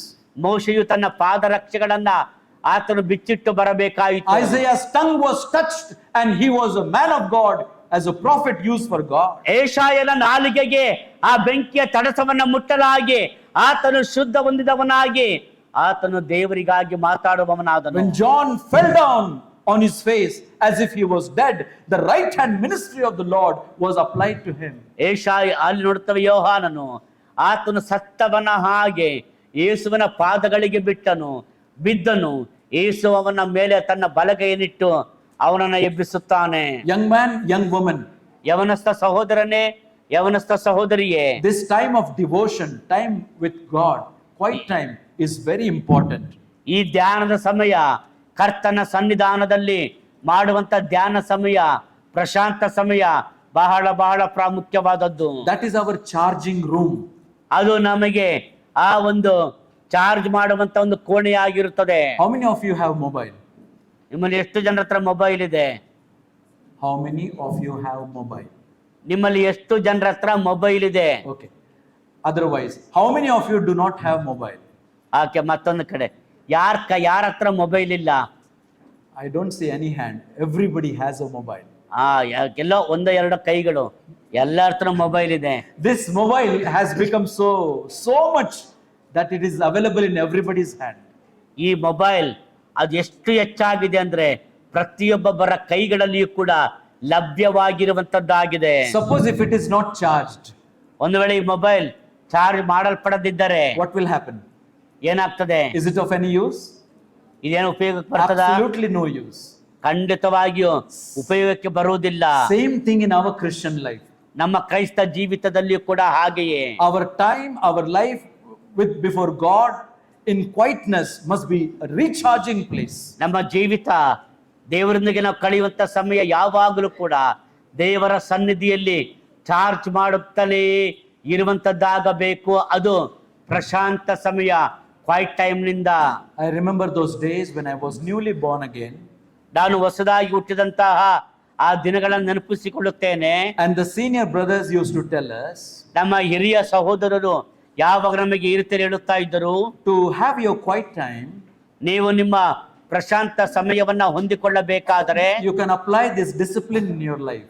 ಇದು ನಿಮ್ಮ ಜೀವಿತದಲ್ಲಿ ನೀವು ಈ ಶಿಸ್ತನ್ನ ಅಳವಡಿಸಿಕೊಳ್ಳಬೇಕು. No quiet time, no breakfast time. Quiet time ಅಥವಾ ಪ್ರಶಾಂತ ಸಮಯ ಇಲ್ಲದಿದ್ದರೆ ನೋ ಬ್ರೇಕ್ಫಾಸ್ಟ್ ಟೈಮ್, ತಿಂಡಿ ಇಲ್ಲವೇ ಇಲ್ಲ. Before having breakfast, you must have your spiritual breakfast. ನೀವು ಶಾರೀರಿಕವಾದ ತಿಂಡಿ ತಿನ್ನುವುದಕ್ಕಿಂತ ಮುಂಚೆ ನಿಮ್ಮ ಆತ್ಮಿಕವಾದಂತಹ ತಿಂಡಿಯನ್ನ, ದೇವರ ವಾಕ್ಯದ ಧ್ಯಾನವನ್ನ ಮಾಡಲೇಬೇಕು. I remember those days. ಆ ದಿನಗಳನ್ನ ನೆನಪು ಮಾಡಿಕೊಳ್ಳುತ್ತೇನೆ. Very hungry and want to go for breakfast. ಬಹಳ ಹೊಟ್ಟೆ ಹಸಿತಾ ಇತ್ತು, ತಿಂಡಿ ತಿನ್ಲಿಕ್ಕೆ ಹೋಗ್ಬೇಕಾಗಿತ್ತು. But without having quiet time, we were not going to the mess. ಆದ್ರೆ ನಾವು ಕ್ವೈಟ್ ಟೈಮ್, ಪ್ರಶಾಂತ ಸಮಯವನ್ನ ನಾವು ಮಾಡದೆ ತಿಂಡಿಗೋಸ್ಕರ ನಾವು ತಿಂಡಿ ಕೋಣೆಗೆ ಹೋಗುತ್ತಿರಲಿಲ್ಲ. You can also apply that to your life. ಅದನ್ನು ನೀವು ಕೂಡ ನಿಮ್ಮ ಜೀವಿತದಲ್ಲಿ ಅನ್ವಯಿಸಿಕೊಳ್ಳಬಹುದು, ಅಳವಡಿಸಿಕೊಳ್ಳಬಹುದು. I will not have my breakfast if I don't have my spiritual breakfast. ಆತ್ಮಿಕ ಆಹಾರವ ತೆಗೆದುಕೊಳ್ಳದೆ ಶಾರೀರಿಕ ಆಹಾರ ತೆಗೆದುಕೊಳ್ಳುವುದಿಲ್ಲ. Now I don't need to apply that because automatically this has become a habit, a commitment before the Lord. ಅದ ನಾನು ಈಗ ಅಭ್ಯಾಸ ಮಾಡಿಕೊಳ್ಳಬೇಕಾದ ಅವಶ್ಯವಿಲ್ಲ. ಯಾಕಂದ್ರೆ ಅದು ಅನುದಿನವೂ ಕರ್ತನ ಸನ್ನಿಧಿಯಲ್ಲಿ ಕರ್ತನೊಂದಿಗೆ ನನ್ನ ಸಮರ್ಪಣೆಯಾಗಿ ಅದು ಮುಂದುವರಿಯುತ್ತಾ ಇದೆ. Now standing here, you see that how I'm reciting these verses. ನಿನ್ನ ಮುಂದೆ ನಿಂತುಕೊಂಡವನಾಗಿ ನಾನು ಈ ವಾಕ್ಯವನ್ನು ಹೇಗೆ ನಾನು ಹೇಳುತ್ತಾ ಇದ್ದೇನೆ ಎಂಬುದಾಗಿ ನೀವು ನೋಡುತ್ತೀರಿ. It is not automatic. ಇದು ಆಕಸ್ಮಿಕವಾಗಿ ಬರುವಂತದ್ದಲ್ಲ. When I was of your age, ನಾನು ಕೂಡ ನಿಮ್ಮ ವಯಸ್ಸಿನವನಾಗಿದ್ದಾಗ instead of having a money purse, we had a memory verse purse. ನಾವು ಹಣದ ಪರ್ಸನ್ನ ಇಟ್ಟುಕೊಳ್ಳುವುದಕ್ಕೆ ಬದಲಾಗಿ ದೇವರ ವಾಕ್ಯವನ್ನ ಬಾಯ್ಪಾಠ ಮಾಡುವಂತ ವಾಕ್ಯಗಳ ಪರ್ಸನ್ನ ಇಟ್ಟುಕೊಳ್ಳುತ್ತಿದ್ದೆವು. A memory purse where you can have Bible verses written on a visiting card. ಆ ವಿಸಿಟಿಂಗ್ ಕಾರ್ಡ್ ಅಥವಾ ನಾವು ಎಲ್ಲ ಇಟ್ಟು ವಿಸಿಟಿಂಗ್ ಕಾರ್ಡ್ ಅದ್ರ ಮೇಲೆ ಆ ದೇವರ ವಾಕ್ಯಗಳೆಲ್ಲವೂ ಕೂಡ ಬರೆಯಲ್ಪಟ್ಟಿದ್ದವು. For 20 rupees, you get 100 visiting cards. 20 ರೂಪಾಯಿಗೆ 100 ವಿಸಿಟಿಂಗ್ ಕಾರ್ಡ್ಗಳು ಸಿಗುತ್ತಾ ಇದ್ದವು, Blank ones. ಖಾಲಿ ಇರುವಂತದ್ದು. And you can write the verses. ಆ ಖಾಲಿ ಇರುವಂತಹ ವಿಸಿಟಿಂಗ್ ಕಾರ್ಡ್ ನ ಮೇಲೆ ನೀವು ವಾಕ್ಯಗಳನ್ನ ಬರೆದುಕೊಳ್ಳಬಹುದು. On one side in English, ಒಂದು ಕಡೆಯಲ್ಲಿ ಇಂಗ್ಲಿಷ್ ನಲ್ಲಿ, and on other side in Marathi, ಮತ್ತೊಂದು ಕಡೆಯಲ್ಲಿ ಮರಾಠಿ ಭಾಷೆಯಲ್ಲಿ. because that's my mother tongue. ಯಾಕಂದ್ರೆ ಮರಾಠಿ ನನ್ನ ಮಾತೃಭಾಷೆ. I have not studied in English medium. ನಾನು ಇಂಗ್ಲಿಷ್ ಮೀಡಿಯಂ ಅಲ್ಲಿ ಓದಲಿಲ್ಲ. I have studied in Marathi medium. ನಾನು ಮರಾಠಿ ಮಾಧ್ಯಮದಲ್ಲೇ ನಾನು ಶಾಲೆಯನ್ನು ಓದಿದ್ದೇನೆ. But I had a desire to learn English. ಅದನ್ನು ಇಂಗ್ಲಿಷ್ ಕಲಿಯಬೇಕೆಂಬಂತ ಆಸೆ ಇತ್ತು. So that memory verse pack was always with us. ಆ ಒಂದು ಬಾಯ್ಪಾಠ ವಚನದ ಆ ಪ್ಯಾಕ್ ಯಾವಾಗಲೂ ನನ್ನ ಜೇಬಿನಲ್ಲಿ ಯಾವಾಗಲೂ ಇರುತ್ತಾ ಇತ್ತು. When you travel in cycle rickshaw, cycle ನಲ್ಲಿ ಪ್ರಯಾಣ ಮಾಡುವಾಗ, or auto rickshaw, ಆಟೋ ರಿಕ್ಷಾದಲ್ಲಿ ಪ್ರಯಾಣ ಮಾಡುವಾಗ, or in the bus, bus ನಲ್ಲಿ ಪ್ರಯಾಣ or in ಮಾಡುವಾಗ, the train, ಆ ಟ್ರೈನ್ ನಲ್ಲಿ ಪ್ರಯಾಣ take out ಮಾಡುವಾಗ these memory verses, ಆ ಬಾಯ್ಪಾಠ ವಚನಗಳ ತೆಗೆದುಕೊಂಡು and one by one we used to memorize those days. ಒಂದಾದ ನಂತರ ಒಂದರಂತೆ ಆ ದಿನಗಳಲ್ಲಿ ಬಾಯ್ಪಾಠ ಮಾಡುತ್ತಾ ಇದ್ದೆನು. And now Spirit of God brings those verses to reminder. ಈಗ ದೇವರಾತ್ಮನು ತಾನೇ ವಾಕ್ಯಗಳನ್ನ ನನ್ನ ನೆನಪಿಗೆ ತಂದು ಅದನ್ನ ನೆನಪಿಸಿಕೊಡುತ್ತಿದ್ದಾನೆ. Because in Psalm 119 and verse 11 it says, 119ನೇ ಕೀರ್ತನೆ 11ನೇ ವಚನದಲ್ಲಿ ದೇವರ ವಾಕ್ಯ ಹೀಗೆ ಹೇಳುತ್ತದೆ, I have hidden thy word in my heart that I may not sin against you. ನಾನು ನನಗೆ ವಿರೋಧವಾಗಿ ಪಾಪ ಮಾಡದಂತೆ ನಿನ್ನ ನುಡಿಗಳನ್ನು ನನ್ನ ಹೃದಯದಲ್ಲಿಟ್ಟುಕೊಂಡಿದ್ದೇನೆ. Young man, ಯವನಸ್ಥ do you ಸಹೋದರನೇ, read Bible? ನೀನು ದೇವರ ವಾಕ್ಯವನ್ನ ಓದುತ್ತೀಯಾ? Do you spend time in prayer? ಪ್ರಾರ್ಥನೆಯಲ್ಲಿ ಸಮಯವನ್ನ ಕಳೆಯುತ್ತೀಯಾ? Do you memorize the scripture? ದೇವರ ವಾಕ್ಯವನ್ನ ಬಾಯ್ಪಾಠ ಮಾಡುತ್ತೀಯಾ? Even today if you come to my house, ಇವತ್ತಿಗೂ ನೀವು ನಮ್ಮ ಮನೆಗೆ ಬರುವುದಾದರೆ you will find there will be a blackboard. ನಮ್ಮ ಮನೆಯಲ್ಲಿ ಬ್ಲಾಕ್ ಬೋರ್ಡ್ ಕಪ್ಪು ಹಲಗೆ ಇದೆ. Now it has come to a white board. ಈಗ ಅದು ಆ ವೈಟ್ ಬೋರ್ಡ್ ಅಥವಾ ಬಿಳಿಯ ಹಲಗೆಯಾಗಿದೆ. Earlier that blackboard, for 20 rupees you get and you can hang it. ಆ ಮೊದಲೆಲ್ಲ 20 ರೂಪಾಯಿ ಕೊಟ್ರೆ ಒಂದು ಕಪ್ಪು ಹಲಗೆ ಸಿಗ್ತದೆ, ಅದನ್ನ ನೇತು ಹಾಕಬಹುದಿತ್ತು. Every week a verse will be changed on that board. ಪ್ರತಿ ವಾರ ಆ ಒಂದು ಹಲಗೆಯ ಮೇಲೆ ಬರೆಯಲ್ಪಟ್ಟಂತ ವಾಕ್ಯಗಳು ಬದಲಾಗುತ್ತಿದ್ದವು. And as we move in the house, that verses are being recited, memorized. ನಾವು ಮನೆಯಿಂದ ಹೊರಗೆ ಹೋಗುವಾಗ ಆ ವಾಕ್ಯಗಳನ್ನ ಬಾಯ್ಪಾಠ ಮಾಡಿಕೊಂಡೇ ಹೊರಗೆ ಹೋಗುತ್ತಿದ್ದೆವು. Because only the word of God can guide you in your life. ಯಾಕಂದ್ರೆ ದೇವರ ವಾಕ್ಯ ಮಾತ್ರವೇ ನಿಮ್ಮ ಜೀವನದಲ್ಲಿ ಮಾರ್ಗದರ್ಶನ ಕೊಡಲು ಸಾಧ್ಯ. When Moses said, I want to know thy way, ಮೋಶೆ ಹೇಳಿದರು, ದೇವರೇ ನಾನು ನಿನ್ನ ಮಾರ್ಗಗಳನ್ನ ತಿಳಿಯಬೇಕು. there is no other way other than the word of God by which we can know the way of God. ದೇವರ ವಾಕ್ಯವನ್ನ ಹೊರತುಪಡಿಸಿ ದೇವರ ಮಾರ್ಗವನ್ನು ತಿಳಿಯುವುದಕ್ಕೆ ಅನ್ಯ ಮಾರ್ಗವೇ ಇಲ್ಲ. Young man, young woman, it is very important in our life. ಯವನಸ್ಥ ಸಹೋದರನೇ, ಯವನಸ್ಥ ಸಹೋದರಿಯೇ, ಇದು ನಮ್ಮ ಜೀವಿತದಲ್ಲಿ ಬಹಳ ಪ್ರಾಮುಖ್ಯವಾದದ್ದು. To have a quiet time with God. ದೇವರೊಂದಿಗೆ ಪ್ರಶಾಂತ ಸಮಯ, ಕ್ವೈಟ್ ಟೈಮ್ ಅನ್ನ ಮಾಡುವುದು ಬಹಳ ಪ್ರಾಮುಖ್ಯ. Lord Jesus Christ did that. ಕರ್ತನಾಗಿರುವ ಯೇಸು ಕ್ರಿಸ್ತನು ಅದನ್ನು ಮಾಡಿದನು. Adam missed that. ಆದಾಮನು ಅದನ್ನ ಕಳೆದುಕೊಂಡನು, ತಪ್ಪಿಸಿಕೊಂಡನು. And many good Christians do not have that time with God. ಇವತ್ತು ಅನೇಕ ಒಳ್ಳೆಯ ಕ್ರೈಸ್ತರು ದೇವರೊಂದಿಗೆ ಪ್ರಶಾಂತ ಸಮಯ, ಕ್ವೈಟ್ ಟೈಮ್ ಅನ್ನ ಮಾಡುವುದಿಲ್ಲ. If you want to be a good child of God, ನೀನು ಒಳ್ಳೆಯ ದೇವರ ಮಗುವಾಗಬೇಕಾದರೆ, a good child of God, ದೇವರ ಒಳ್ಳೆಯ ಮಗುವಾಗಬೇಕಾದ್ರೆ, a good man or woman of God, ದೇವರಿಗಾಗಿ ಒಳ್ಳೆಯ ಮನುಷ್ಯನು ಆ ಸ್ತ್ರೀಯು ಆಗಬೇಕಾದ್ರೆ, a good minister of God, ದೇವರ ಒಳ್ಳೆಯ ಸೇವಕರಾಗಬೇಕಾದ್ರೆ, you can turn to 1 Timothy chapter 4 and verse 6. 1 ತಿಮೋಥೆಯ ಪತ್ರಿಕೆ 4ನೇ ಅಧ್ಯಾಯ 6ನೇ ವಚನವನ್ನ ನೋಡಿರಿ. 1 Timothy chapter 4 and verse 6. 1 ತಿಮೋಥೆ 4ನೇ ಅಧ್ಯಾಯ 6ನೇ ವಚನ. Apostle Paul says to Timothy, ಅಪೊಸ್ತಲ ಪೌಲನು ತಿಮೋಥೆಗೆ ಹೇಳುತ್ತಾನೆ, 3 things he is talking there. ಅಲ್ಲಿ 3 ಸಂಗತಿಗಳ ಬಗ್ಗೆ ಮಾತನಾಡುತ್ತಾನೆ. 3 qualifications of a good minister of Christ. ಕ್ರಿಸ್ತನ ಒಬ್ಬ ಒಳ್ಳೆಯ ಸೇವಕನ 3 ಗುಣಲಕ್ಷಣಗಳು. Number 1, ಮೊದಲನೇದಾಗಿ he has to put the word in remembrance before others. ಆತನು ಸುಬೋಧನೆಯ ವಾಕ್ಯಗಳನ್ನು ಅಭ್ಯಾಸ ಹೊಂದುವವನಾಗಿರಬೇಕು. Yeah, I'll read the verse. ವಾಕ್ಯವನ್ನು ಓದುತ್ತೇನೆ. If thou put the brethren in remembrance of these things, thou shalt be a good minister of Jesus Christ, nourished up in the words of faith and of good doctrine, whereunto thou hast attained. ಈ ಸಂಗತಿಗಳನ್ನು ಸಹೋದರರಿಗೆ ತಿಳಿಸಿದರೆ ನೀನು ಅನುಸರಿಸುವ ಕ್ರಿಸ್ತ ನಂಬಿಕೆಯ ಮತ್ತು ಸುಬೋಧನೆಯ ವಾಕ್ಯಗಳಲ್ಲಿ ಅಭ್ಯಾಸ ಹೊಂದುವವನಾಗಿ ಕ್ರಿಸ್ತ ಯೇಸುವಿನ ಒಳ್ಳೆ ಸೇವಕನಾಗಿರುವಿ. If you want to be a good minister of Christ, ಕ್ರಿಸ್ತನ ಒಳ್ಳೆಯ ಸೇವಕನಾಗಬೇಕಾದರೆ before you tell to others, ನೀವು ಇತರರಿಗೆ ವಾಕ್ಯವನ್ನು ಹೇಳುವುದಕ್ಕೆ ಮುಂಚೆ you must be nourished up by the words of God or the doctrine of God. ದೇವರ ವಾಕ್ಯ ಅಥವಾ ದೇವರ ಸುಬೋಧನೆಯ ವಾಕ್ಯಗಳಿಂದ ನೀವು ತುಂಬಲ್ಪಟ್ಟವರಾಗಿರಬೇಕು. Before that, you must be following that.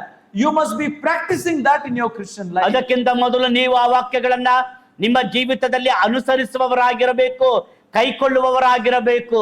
Nourished up with the words of God. ದೇವರ ವಾಕ್ಯದಿಂದ ನೀವು ಯಾವಾಗ್ಲೂ ಕೂಡ ಪೋಷಿಸಲ್ಪಟ್ಟವರಾಗಿರಬೇಕು. Practicing that first in your life. ಆ ವಾಕ್ಯಗಳನ್ನ ನಮ್ಮ ಜೀವಿತದಲ್ಲಿ ಮೊದಲು ನೀವು ಅಭ್ಯಾಸ ಮಾಡುವವರಾಗಿರಬೇಕು. And then telling to others. ಆಗ ಇತರರಿಗೆ ಹೇಳಬೇಕು. Then that becomes effective ministry as a good minister of Jesus Christ. ಆಗ ಅದು ಕ್ರಿಸ್ತನ ಒಳ್ಳೆಯ ಸೇವಕರಾಗಿ ನೀವು ಉತ್ತಮ ಸೇವಕರಾಗಿ ರೂಪಿತಗೊಳ್ಳುವುದಕ್ಕಾಗುತ್ತದೆ. Today there are so many ministers. ಇವತ್ತು ಅನೇಕ ಸೇವಕರುಗಳು, So many ministries, ಅನೇಕ ಸೇವೆಗಳು, but no effective ministry. ಯಾವುದೇ ಪರಿಣಾಮಕಾರಿ ಇಲ್ಲ. You know why? ಯಾಕೆ ಗೊತ್ತಾ? Because preachers are not practicing what they preach. ಯಾಕಂದ್ರೆ ಪ್ರಸಂಗಿಗಳು ತಾವೇನ ಪ್ರಸಂಗ ಮಾಡುತ್ತಾರೋ ಅದನ್ನ ಅವರೇ ಅನುಸರಿಸುವುದಿಲ್ಲ. They are not practicing because they are themselves not nourished up in the doctrines of Christ. ಅವರು ಯಾಕೆ ಅದನ್ನ ಕೈಕೊಂಡು ನಡೆಯುವುದಿಲ್ಲ ಅಂದ್ರೆ ಕ್ರಿಸ್ತನ ವಾಕ್ಯದಿಂದ ಅವರು ಸಮೃದ್ಧಿಯಾಗಿ ಪೋಷಿಸಲ್ಪಟ್ಟಿಲ್ಲ. This is not in the New Testament only. ಇದು ಹೊಸ ಒಡಂಬಡಿಕೆಯಲ್ಲಿ ಮಾತ್ರ ಇರುವುದಲ್ಲ, It is applied in the Old Testament also. ಹಳೆಯ ಒಡಂಬಡಿಕೆಯಲ್ಲಿ ಕೂಡ ಇದು ಅನ್ವಯಿಸಲ್ಪಡುವಂತದ್ದಾಗಿತ್ತು. Same principle, ಅದೇ ನಿಯಮ. whether New Testament or Old Testament. ಹೊಸ ಒಡಂಬಡಿಕೆಯಾಗಿರಲಿ ಹಳೆ ಒಡಂಬಡಿಕೆಯಾಗಿರಲಿ. You can turn to Ezra chapter 7 and verse 10. ಎಜ್ರನ ಪುಸ್ತಕ 7ನೇ ಅಧ್ಯಾಯ 10ನೇ ವಾಕ್ಯಕ್ಕೆ ತೆರೆದಾಗ, Ezra chapter 7 verse 10. ಎಜ್ರನ ಪುಸ್ತಕ 7ನೇ ಅಧ್ಯಾಯ ಅದರ 10ನೇ ವಚನ. Notice the same 3 things there. ಅಲ್ಲಿಯೂ ಕೂಡ ಆ 3 ಸಂಗತಿಗಳನ್ನು ನೋಡುತ್ತೇವೆ. For Ezra had prepared his heart to seek the law of the Lord and to do it and to teach in Israel the statutes and judgments. He was first of all studying the word. Then he was practicing the word. Then he was teaching to the Israel. ಅವನು ಯೆಹೋವ ಧರ್ಮಶಾಸ್ತ್ರವನ್ನ ಅಭ್ಯಾಸಿಸಿ ಮೊದಲನೇದಾಗಿ ಅನುಸರಿಸಲಿಕ್ಕೂ ಇಸ್ರಾಯೇಲರಿಗೆ ಅದರ ವಿಧಿ ನ್ಯಾಯಗಳನ್ನ ಕಲಿಸಲಿಕ್ಕೂ ದೃಢ ಮಾಡಿಕೊಡನು. ಇಲ್ಲಿಯೂ ಕೂಡ ಅದೇ 3 ಸಂಗತಿಗಳು ಇವೆ. To be a good man of God, ದೇವರ ಒಬ್ಬ ಒಳ್ಳೆಯ ಮನುಷ್ಯನಾಗಬೇಕಾದ್ರೆ, a good woman of God, ದೇವರ ಒಳ್ಳೆಯ ಸ್ತ್ರೀಯಾಗಿರಬೇಕಾದ್ರೆ, let us take this seriously in our personal life. ಇದನ್ನು ನಾವು ನಮ್ಮ ವೈಯಕ್ತಿಕ ಜೀವನದಲ್ಲಿ ಗಂಭೀರವಾಗಿ ತೆಗೆದುಕೊಳ್ಳೋಣ. How to have that quiet time? ಆ ಒಂದು ಪ್ರಶಾಂತ ಸಮಯ ಅಥವಾ ಕ್ವೈಟ್ ಟೈಮ್ ಅನ್ನ ಹೇಗೆ ಮಾಡುವುದು? Number 1, find out a quiet place. ಮೊದಲನೇದಾಗಿ ಪ್ರಶಾಂತ ಸ್ಥಳವನ್ನ ಆರಿಸಿಕೊಳ್ಳಿರಿ. Did not the Lord Jesus Christ say, when thou prayest, go into thy closet? ನಮ್ಮ ಕರ್ತನಾಗಿರುವ ಯೇಸು ಕ್ರಿಸ್ತನು ಹೇಳುತ್ತಾನೆ, ನೀನು ಪ್ರಾರ್ಥನೆ ಮಾಡಬೇಕಾದರೆ ನೀನು ನಿನ್ನ ಏಕಾಂತವಾದ ಕೋಣೆಯೊಳಕ್ಕೆ ಹೋಗು. And when you pray in your closet, in the secret place, your Father who is in secret will see what you do in your secret. ಅಲ್ಲಿ ಆತನು ಹೇಳುತ್ತಾನೆ, ನೀನು ಆ ರೀತಿಯಲ್ಲಿ ದೇವರ ಸನ್ನಿಧಿಯಲ್ಲಿ ನೀನು ಕುಳಿತಿರುವಾಗ ನಿನ್ನ ಅಂತರಂಗವನ್ನ ನೋಡುವ ದೇವರು, And ಆ ಪ್ರಶಾಂತ ಸ್ಥಳದಲ್ಲಿ ನೀನು ಮಾಡುವುದನ್ನ ನೋಡುವ ದೇವರು ನಿನಗೆ ಪ್ರತಿಫಲವನ್ನ ಕೊಡುತ್ತಾನೆ. and He will reward you openly. ದೇವರು ನಿನಗೆ ಬಹಿರಂಗವಾಗಿ ಆತನು ಬಹುಮಾನ ಕೊಡುತ್ತಾನೆ. Do you think it is only for sake of saying? ಬರೀ ಹೇಳುವುದಕ್ಕಾಗಿ ಮಾತ್ರ ಎಂಬುದಾಗಿ ಯೋಚಿಸುತ್ತೀರಾ? What we read in Acts of the Apostles chapter 9. ಅಪೊಸ್ತಲ ಕೃತ್ಯಗಳ ಪುಸ್ತಕ 9ನೇ ನಾವೇನು ಓದ್ತೇವೆ? After the conversion of Saul, ಪೌಲನು ಕರ್ತನ ಕಡೆಗೆ ತಿರುಗಿದ ನಂತರ what was told to Ananias? ಅನನೀಯನು ಏನು ಹೇಳುತ್ತಾನೆ? God is telling to Ananias, ದೇವರು ಅನನೀಯನಿಗೆ ಹೇಳುತ್ತಾನೆ, go on to so and so address in the house of Simon. ನೀನು ನೀನೆದ್ದು ನೆಟ್ಟನೆ ಬೀದಿ ಎಂಬ ಬೀದಿಗೆ ಹೋಗಿ ಯೂದನ ಮನೆಯಲ್ಲಿ ತಾರ್ಸದ ಸೌಲನೆಂಬುದನ್ನು ವಿಚಾರಿಸು. There you will find a man by name Saul. ಅಲ್ಲಿ ತಾರ್ಸದ ಸೌಲನೆಂಬ ವ್ಯಕ್ತಿಯನ್ನು ನೀನು ಕಾಣುತ್ತೀ. And behold, he prayed. ಅವನು ಪ್ರಾರ್ಥನೆ ಮಾಡುತ್ತಿರುತ್ತಾನೆ. Who is telling? ಯಾರು ಹೇಳುತ್ತಾ ಇದ್ದಾರೆ? God is telling. ದೇವರು ಹೇಳುತ್ತಿದ್ದಾನೆ. To whom is telling? ಯಾರ ಕುರಿತಾಗಿ ಹೇಳುತ್ತಿದ್ದಾನೆ? Ananias. ಅನನೀಯ ಹೇಳುತ್ತಾನೆ ಪೌಲನ ಕುರಿತಾಗಿ. About whom is telling? ಯಾರ ಕುರಿತಾಗಿ ಹೇಳುತ್ತಿದ್ದಾನೆ? Saul. ಸೌಲನ ಕುರಿತಾಗಿ. What is it telling? ಏನ್ ಹೇಳುತ್ತಿದ್ದಾನೆ? Behold, he prayed. ಅವನು ಪ್ರಾರ್ಥನೆ ಮಾಡುತ್ತಾನೆ. Can you imagine that? ಅದನ್ನು ಊಹಿಸಿಕೊಳ್ಳುತ್ತೀರಾ? Whatever we do in our secret life, ನಮ್ಮ ವೈಯಕ್ತಿಕವಾದಂತ ರಹಸ್ಯ ಜೀವನದಲ್ಲಿ ನಾವು ಏನೆಲ್ಲ ಮಾಡುತ್ತೇವೆಯೋ God knows it. ದೇವರು ಅದನ್ನ ತಿಳಿದಿದ್ದಾನೆ. God sees it. ದೇವರು ಅದನ್ನ ನೋಡುತ್ತಾನೆ. And if you have that quiet time, ನೀವು ದೇವರೊಂದಿಗೆ ಪ್ರಶಾಂತ ಸಮಯ ಅಥವಾ ಕ್ವೈಟ್ ಟೈಮ್ ಅನ್ನ ಮಾಡುವುದಾದರೆ God makes a note of it. ದೇವರು ಅದನ್ನ ಗಮನವಿಡುತ್ತಾನೆ. Look at that Daniel, he's praying. ದಾನಿಯೇಲನ ನೋಡ್ರಿ, ದಾನಿಯೇಲ ಪ್ರಾರ್ಥನೆ ಮಾಡುತ್ತಿದ್ದಾನೆ. Look at that Mary, she's praying. ಮರಿಯಳನ್ನು ನೋಡ್ರಿ, ಪ್ರಾರ್ಥನೆ ಮಾಡುತ್ತಿದ್ದಾಳೆ. By your name and my name, God knoweth what we are doing. ನನ್ನ ಹೆಸರು ನಿನ್ನ ಹೆಸರು ದೇವರು ಬಲ್ಲವನಾಗಿದ್ದಾನೆ. ನಾವು ಏನು ಮಾಡುತ್ತೇವೆ ಅದನ್ನ ನೋಡುತ್ತಿರುತ್ತಾನೆ. When we spend quiet time with God, ದೇವರೊಂದಿಗೆ ನಾವು ಕ್ವೈಟ್ ಟೈಮ್ ಅಥವಾ ಪ್ರಶಾಂತ ಸಮಯವನ್ನ ಕಳೆಯುತ್ತಾ ಇರುವುದಾದರೆ God is watching. ದೇವರು ಅದನ್ನು God is ಗಮನಿಸುತ್ತಾನೆ. making the note of it. ದೇವರು ಅದನ್ನ ಆತನು ಲೆಕ್ಕ God will ಮಾಡಿಟ್ಟುಕೊಳ್ಳುತ್ತಾನೆ. speak to us. ದೇವರ ನಮ್ಮೊಂದಿಗೆ ಮಾತನಾಡುತ್ತಾನೆ. God will encourage us. ದೇವರು ನಮ್ಮನ್ನು ಪ್ರೋತ್ಸಾಹಿಸುತ್ತಾನೆ. He will strengthen us and give us ability to overcome temptation. ಆತ ನಮ್ಮನ್ನು ಶಕ್ತಿಗೊಳಿಸುತ್ತಾನೆ, ಸಮರ್ಥಗೊಳಿಸುತ್ತಾನೆ ಮತ್ತು ನಮ್ಮ ಶೋಧನೆಗಳ ಮೇಲೆ ಜಯವನ್ನ ಸಾಧಿಸುವಂತಹ ಆತ್ಮಿಕ ಬಲವನ್ನ ಕೊಡುತ್ತಾನೆ. There is a servant of God in Punjab by name Darshan Singh. ಪಂಜಾಬ್ನಲ್ಲಿ ಒಬ್ಬ ದೇವರ ಸೇವಕರಿದ್ದಾರೆ, ಅವರ ಹೆಸರು Darshan Singh. That uncle came to our place in Aurangabad for ministry. ಆ ಅಂಕಲ್ ಅವರು ಸೇವೆಗೋಸ್ಕರವಾಗಿ ನಮ್ಮ ಊರು ಔರಂಗಾಬಾದಿಗೆ ಬಂದಿದ್ದರು. And he was telling many of his experiences. ಅವರು ತಮ್ಮ ಅನೇಕ ಅನುಭವಗಳನ್ನ ನಮ್ಮೊಂದಿಗೆ ಹಂಚಿಕೊಳ್ಳುತ್ತಿದ್ದರು. One experience he said like this. ಒಂದು ಅನುಭವವನ್ನ ಅವರು ಈ ರೀತಿಯಲ್ಲಿ ಹೇಳಿದರು. As usual, he went out for a ministry in a village. ಅವರು ಯಾವಾಗಲೂ ಹೋಗುವ ಹಾಗೆ ಒಂದು ಹಳ್ಳಿಗೆ ಸೇವೆಯ ನಿಮಿತ್ತವಾಗಿ ಹೋಗಿದ್ದರು. As usual, there were some who were filled with the evil spirit. ಅವರು ಸಾಮಾನ್ಯವಾಗಿ ನೋಡುವಂತೆ ಆ ಕೂಟದಲ್ಲಿಯೂ ಕೂಡ ದೆವ್ವ ಹಿಡಿದವರು ಕೆಲವರಿದ್ದರು. As he was preaching the word, ಅವರು ವಾಕ್ಯವನ್ನ ಪ್ರಸಂಗಿಸುತ್ತಾ ಇದ್ದಾಗ they started moving. ಆ ದೆವ್ವ ಹಿಡಿದವರು ಅವರು ಅಲುಗಾಡುತ್ತಾ ಇದ್ದರು. Their faces were changed. ಅವರ ಮುಖಗಳು ಬದಲಾದವು. And this servant of God prayed for them. ಈ ದೇವರ ಸೇವಕನು ಅವರಿಗಾಗಿ ಪ್ರಾರ್ಥನೆ ಮಾಡಿದರು. But nothing is happening that day. ಆ ದಿವಸ ಏನೂ ಆಗಲಿಲ್ಲ. And that person, actually she was a lady, and she is speaking in the voice of man. ಆ ಸ್ತ್ರೀ ಮನುಷ್ಯನ ಸ್ವರದಲ್ಲಿ ಮಾತನಾಡುತ್ತಿದ್ದಳು. And she started telling like this, ಆಕೆ ಈ ರೀತಿ ಹೇಳುತ್ತಾ ಇದ್ದಳು, laughing at him. ಅವನನ್ನ ನೋಡಿ ನಗುತ್ತಾ You ಹೇಳಿದಳು, cannot do anything to me. ನೀನ್ ನನಗೇನು ಮಾಡ್ಲಿಕ್ಕಾಗಲ್ಲ. Because I know today you did not read Bible and you did not pray and come for ministry. ನೀನು ಇವತ್ತು ಪ್ರಾರ್ಥನೆ ಮಾಡಿ ದೇವರ ವಾಕ್ಯವನ್ನ ಓದಿ ಸೇವೆಗೆ ಬಂದಿಲ್ಲ, ನನಗೆ ಗೊತ್ತು. He was shocked that day. ಆ ದಿವಸ ಆತನಿಗೆ ಅತ್ಯಾಶ್ಚರ್ಯ He made a ಉಂಟಾಯಿತು. decision thereafter. Whenever I go out, before that I will read the Bible, I will pray and go in the strength of God for the ministry that is outside. ಆ ದಿವಸ ಸೇವಕರು ತೀರ್ಮಾನ ಮಾಡಿಕೊಂಡರು, ದೇವರ ವಾಕ್ಯವನ್ನ ಓದಿ ಧ್ಯಾನ ಮಾಡದೆ, ಪ್ರಾರ್ಥನೆ ಮಾಡದೆ ನಾನು ಸೇವೆಗೋಸ್ಕರ ಹೊರಗೆ ಹೋಗುವುದಿಲ್ಲ ಎಂಬುದಾಗಿ ತೀರ್ಮಾನ ಮಾಡಿಕೊಂಡರು. Many times we are defeated Christians. ಅನೇಕ ಸಾರಿ ನಾವು ಸೋಲನ್ನ ಕಂಡಂತ ಕ್ರೈಸ್ತರಾಗಿರುತ್ತೇವೆ. Living a secret life. ರಹಸ್ಯ ಜೀವನವನ್ನ ಜೀವಿಸುತ್ತಿದ್ದೇವೆ. Not enjoying the fellowship with God. ದೇವರೊಂದಿಗಿನ ಅನ್ಯೋನ್ಯತೆ ನಾವು ಆನಂದಿಸುತ್ತಿಲ್ಲ. No interest in things of God. ದೇವರ ವಿಷಯಗಳಲ್ಲಿ ಆಸಕ್ತಿ ಇಲ್ಲ. Daddy, mommy, they are telling, read your Bible, pray. Read your Bible, pray. What mommy? What Bible? What prayer? Nothing happens. ಅಪ್ಪ ಅಮ್ಮ ಹೇಳ್ತಾರೆ, Bible ಓದು, ಪ್ರಾರ್ಥನೆ ಮಾಡು, ಬೈಬಲ್ ಓದು, ಪ್ರಾರ್ಥನೆ ಮಾಡು. ಈ ಕಡೆ ಅಪ್ಪ ಹೇಳ್ತಾರೆ, ಈ ಕಡೆ ಅಮ್ಮ ಹೇಳ್ತಾರೆ, ಏನಪ್ಪ ಏನಮ್ಮ ಯಾವಾಗ ಬೈಬಲ್ ಓದು ಪ್ರಾರ್ಥನೆ ಮಾಡು, ಏನು ಆಗೋದಿಲ್ಲ ಅದರಲ್ಲಿ. Remember, that's the secret of progress in our Christian life. ನೆನ್ಪಿಟ್ಟುಕೊಳ್ರಿ, ನಮ್ಮ ಕ್ರೈಸ್ತ ಜೀವನದಲ್ಲಿ ನಮ್ಮ ಅಭಿವೃದ್ಧಿಗೆ ಅಥವಾ ಬೆಳವಣಿಗೆಗೆ ಆಧಾರವೇ ಅದು. When you turn to Joshua chapter 1 and verse 7. ಯೆಹೋಶುವನ ಪುಸ್ತಕ 1ನೇ ಅಧ್ಯಾಯ 7ನೇ ವಚನಕ್ಕೆ ಬರುವಾಗ, it is told to Joshua, ಯೆಹೋಶುವನಿಗೆ ದೇವರು ಹೇಳುತ್ತಾರೆ, only be thou strong and very courageous, that thou mayest observe to do according to all the law which Moses my servant hath commanded thee.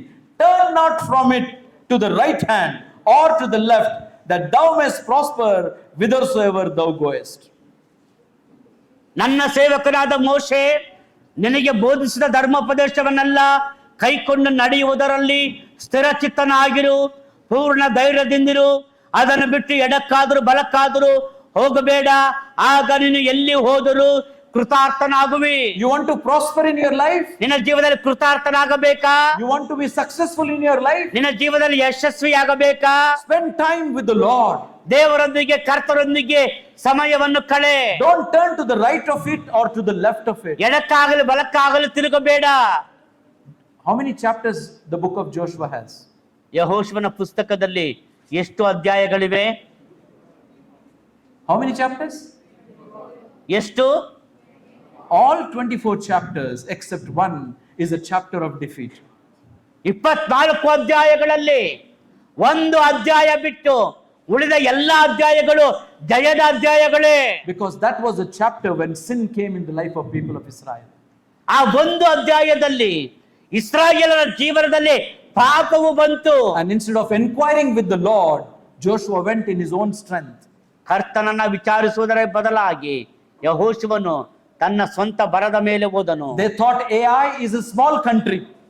ಅವ್ರು ಹೇಳಿದ್ರು, ಆಯಿ ಎನ್ನುವಂಥದ್ದು ಚಿಕ್ಕ ಊರು. Why to go with so many people?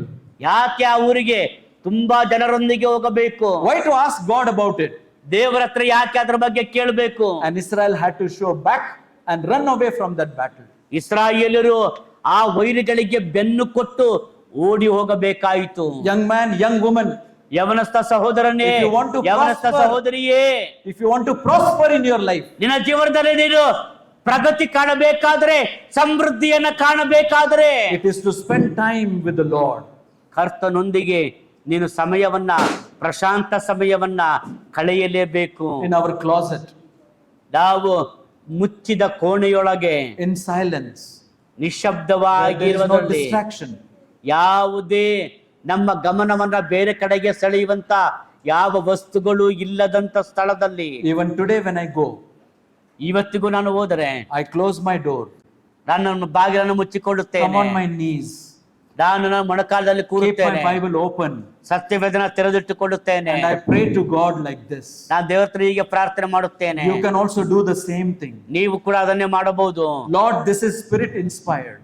ಕರ್ತನೆ, ಇದು ದೇವರಾತ್ಮ ಪ್ರೇರಿತ ಆಗಿ ಬರೆಯಲ್ಪಟ್ಟ ವಾಕ್ಯ. I cannot understand with my knowledge. ನನ್ನ ಜ್ಞಾನದಿಂದ ಈ ವಾಕ್ಯವನ್ನ ನಾನು ಅರ್ಥ ಮಾಡಿಕೊಳ್ಳಲು ಸಾಧ್ಯವಿಲ್ಲ. I request you to speak to me.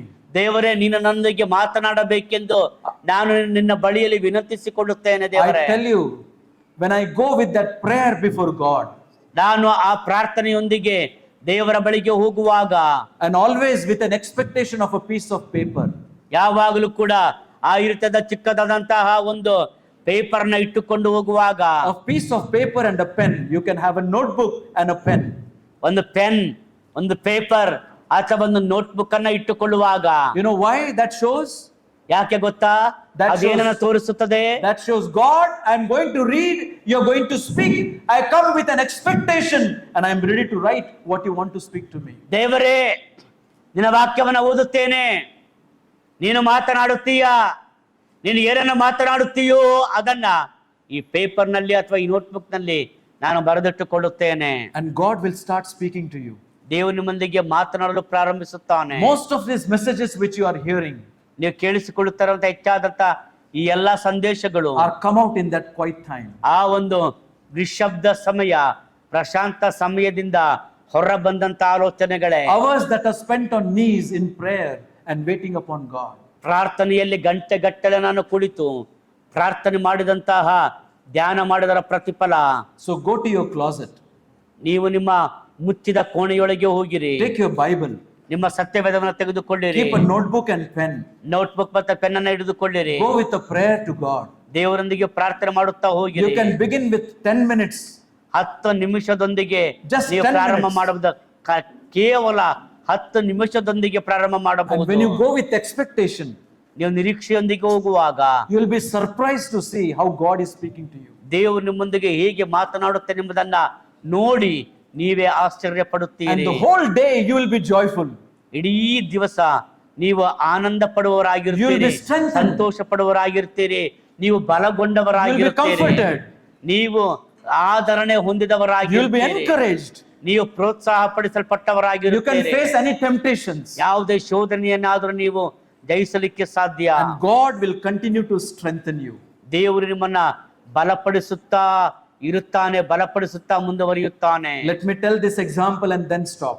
ನಾನು ಈ ಉದಾಹರಣೆ ಹೇಳಿ ಮುಗಿಸುತ್ತೇನೆ. What was told to Joshua? ಯೆಹೋಶುವನು ಏನ್ ಹೇಳ್ತಾರ ದೇವರು? Thou shalt meditate therein day and night, ಈ ದೇವರ ವಾಕ್ಯವನ್ನ ಹಗಲಿರುಳು ಧ್ಯಾನ ಮಾಡು. and thou shalt not turn to the right of it or to the left of it. ಈ ಧರ್ಮಶಾಸ್ತ್ರದ ವಾಕ್ಯಗಳಿಗೆ ಎಡಕ್ಕಾಗಲಿ ಬಲಕ್ಕಾಗಲಿ ತಿರುಗಬೇಡ. You know what is that? ಅರ್ಥ ಏನು ಗೊತ್ತಾ? Why is that so important, you know? ಯಾಕೆ ಅದು ಬಹಳ ಪ್ರಾಮುಖ್ಯವಾದದ್ದು ಗೊತ್ತಾ? Listen very carefully. ಗಮನವಿಟ್ಟು ಕೇಳಿರಿ. After telling this, I will stop. ನಾನು ಇದನ್ನು ಹೇಳಿ ನಿಲ್ಲಿಸುತ್ತೇನೆ. When I read that word, ನಾನು ವಾಕ್ಯವನ್ನು ಓದಿದಾಗ keep on one hand John 3, verse 3 and 5. ನಾನು ಯೋಹಾನ ಸುವಾರ್ತೆ 3ನೇ ಅಧ್ಯಾಯ 3 ಮತ್ತು 5ನೇ ವಾಕ್ಯದ ಮೇಲೆ ಒಂದು ಕೈಯನ್ನು ಇಟ್ಟೆನು. What do we read there? ನಾವೇನು ಓದ್ತೇವೆ? Except a man is born again, he shall not see the kingdom of God. ಒಬ್ಬ ಮನುಷ್ಯನು ಹೊಸದಾಗಿ ಹುಟ್ಟದಿದ್ದರೆ ದೇವರ ರಾಜ್ಯವನ್ನು ಕಾಣಲಾರನು. Verse 5. 5ನೇ ವಾಕ್ಯ, Verily, verily, I say unto you, except a man is born again, or born of water and born of spirit, he cannot enter into the kingdom of heaven. ನಿಮಗೆ ನಿಜ ನಿಜವಾಗಿ ಹೇಳುತ್ತೇನೆ, ಒಬ್ಬನು ಹೊಸದಾಗಿ ಆತನು ಹುಟ್ಟದಿದ್ದರೆ ಅವನು ದೇವರ ರಾಜ್ಯವನ್ನು ಪ್ರವೇಶಿಸಲಾರನು. And that's why new birth is important. ಆದ್ದರಿಂದಲೇ ಹೊಸದಾಗಿ ಹುಟ್ಟುವುದು ಬಹಳ ಪ್ರಾಮುಖ್ಯವಾಗಿದೆ. But I was surprised to notice ನಾನು ಒಂದನ್ನ ಗಮನಿಸಿದಾಗ ಆಶ್ಚರ್ಯಗೊಂಡೆನು. in Gospel of Matthew chapter 5 and verse 20, ಮತ್ತಾಯನ ಸುವಾರ್ತೆ 5ನೇ ಅಧ್ಯಾಯ ಅದರ 20ನೇ ವಾಕ್ಯ. Matthew 5:20, ಮತ್ತಾಯನ ಸುವಾರ್ತೆ 5ನೇ ಅಧ್ಯಾಯ For 20ನೇ ವಾಕ್ಯ, for I say unto you that except your righteousness shall exceed the righteousness of the scribes and the Pharisees, in no case you shall enter into the kingdom of heaven. ನಿಮ್ಮ ನೀತಿಯು ಶಾಸ್ತ್ರಿಗಳ ಮತ್ತು ಫರಿಸಾಯರ ನೀತಿಗಿಂತಲೂ ಹೆಚ್ಚಿನದಾಗದಿದ್ದರೆ ನೀವು ಪರಲೋಕ ರಾಜ್ಯದಲ್ಲಿ ಸೇರಲಾರಿರಿ ಎಂದು ನಿಮಗೆ ಹೇಳುತ್ತೇನೆ. The greatest danger in the life of a child of God is to have the spirit of Phariseeism. ದೇವರ ಮಕ್ಕಳ ಜೀವನದಲ್ಲಿ ಕಂಡುಬರುವ ಅತಿ ದೊಡ್ಡ ಒಂದು ಅಪಾಯ ಏನಂದ್ರೆ ಫರಿಸಾಯತನ. Heavy heads, ನೋಡುವಾಗ ಭಾರವಾದ ತಲೆ, know everything in the head, ಎಲ್ಲವೂ ಕೂಡ ತಲೆಯೊಳಗಿದೆ, no practical life. ಪ್ರಾಯೋಗಿಕ ಜೀವಿತದಲ್ಲಿ ಇಲ್ಲವೇ ಇಲ್ಲ. And such Pharisees and the Phariseeism will not enter into the kingdom of heaven. ಅಂತ ಫರಿಸಾಯರು, ಅಂತ ಫರಿಸಾಯತನವು ಪರಲೋಕ ರಾಜ್ಯದೊಳಗೆ ಸೇರುವುದಿಲ್ಲ. Why do I say that? ನಾನು ಅದನ್ನು ಯಾಕೆ ಹೇಳುತ್ತೇನೆ? Because when it was told to Joshua ಯಾಕಂದ್ರೆ ಯೆಹೋಶುವನಿಗೆ ಆ ಮಾತು ಹೇಳಲ್ಪಟ್ಟಿತು, that thou shalt not turn to the right of it or to the left of it. ನೀನು ಎಡಕ್ಕಾಗಲಿ ಬಲಕ್ಕಾಗಲಿ ತಿರುಗಬೇಡ. You know why it was told? ಯಾಕೆ ಆ ಮಾತು ಹೇಳಲ್ಪಟ್ಟಿದ್ದು ಗೊತ್ತಾ? Because turning to the right is like the Pharisees, ಯಾಕಂದ್ರೆ ಬಲಗಡೆಗೆ ತಿರುಗಿದರೆ ಅದು ಫರಿಸಾಯರಂತೆ. who knew the scriptures, ಅವರಿಗೆ ದೇವರ ವಾಕ್ಯ ಗೊತ್ತು, but they were adding their traditions to the scripture. ಅವರು ಆ ದೇವರ ವಾಕ್ಯಕ್ಕೆ ತಮ್ಮ ಸಂಪ್ರದಾಯಗಳನ್ನು ಸೇರಿಸಿಕೊಳ್ಳುತ್ತಿದ್ದಾರೆ. Turning to the left is like the scribes, ಎಡಗಡೆ ಎಂಬುದಾಗಿ ಹೇಳಿದ್ರೆ ಶಾಸ್ತ್ರಿಗಳ ಪ್ರಕಾರ, the Sadducees.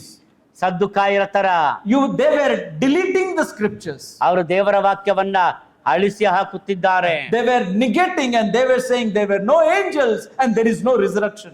ಅವ್ರು ಹೇಳ್ತಾರೆ ದೇವದೂತರು ಇಲ್ಲ, ಪುನರುತ್ಥಾನವಿಲ್ಲ ಎಂಬುದಾಗಿ ಹೇಳುತ್ತಾರೆ. So when we have Bible with us, ನಮ್ಮೊಂದಿಗೆ ದೇವರ ವಾಕ್ಯ ನಮಗೆ ಇರುವಾಗ you shall not turn to the right of it ನೀವು ಬಲಕ್ಕಾಗಲಿ ತಿರುಗಬಾರದು.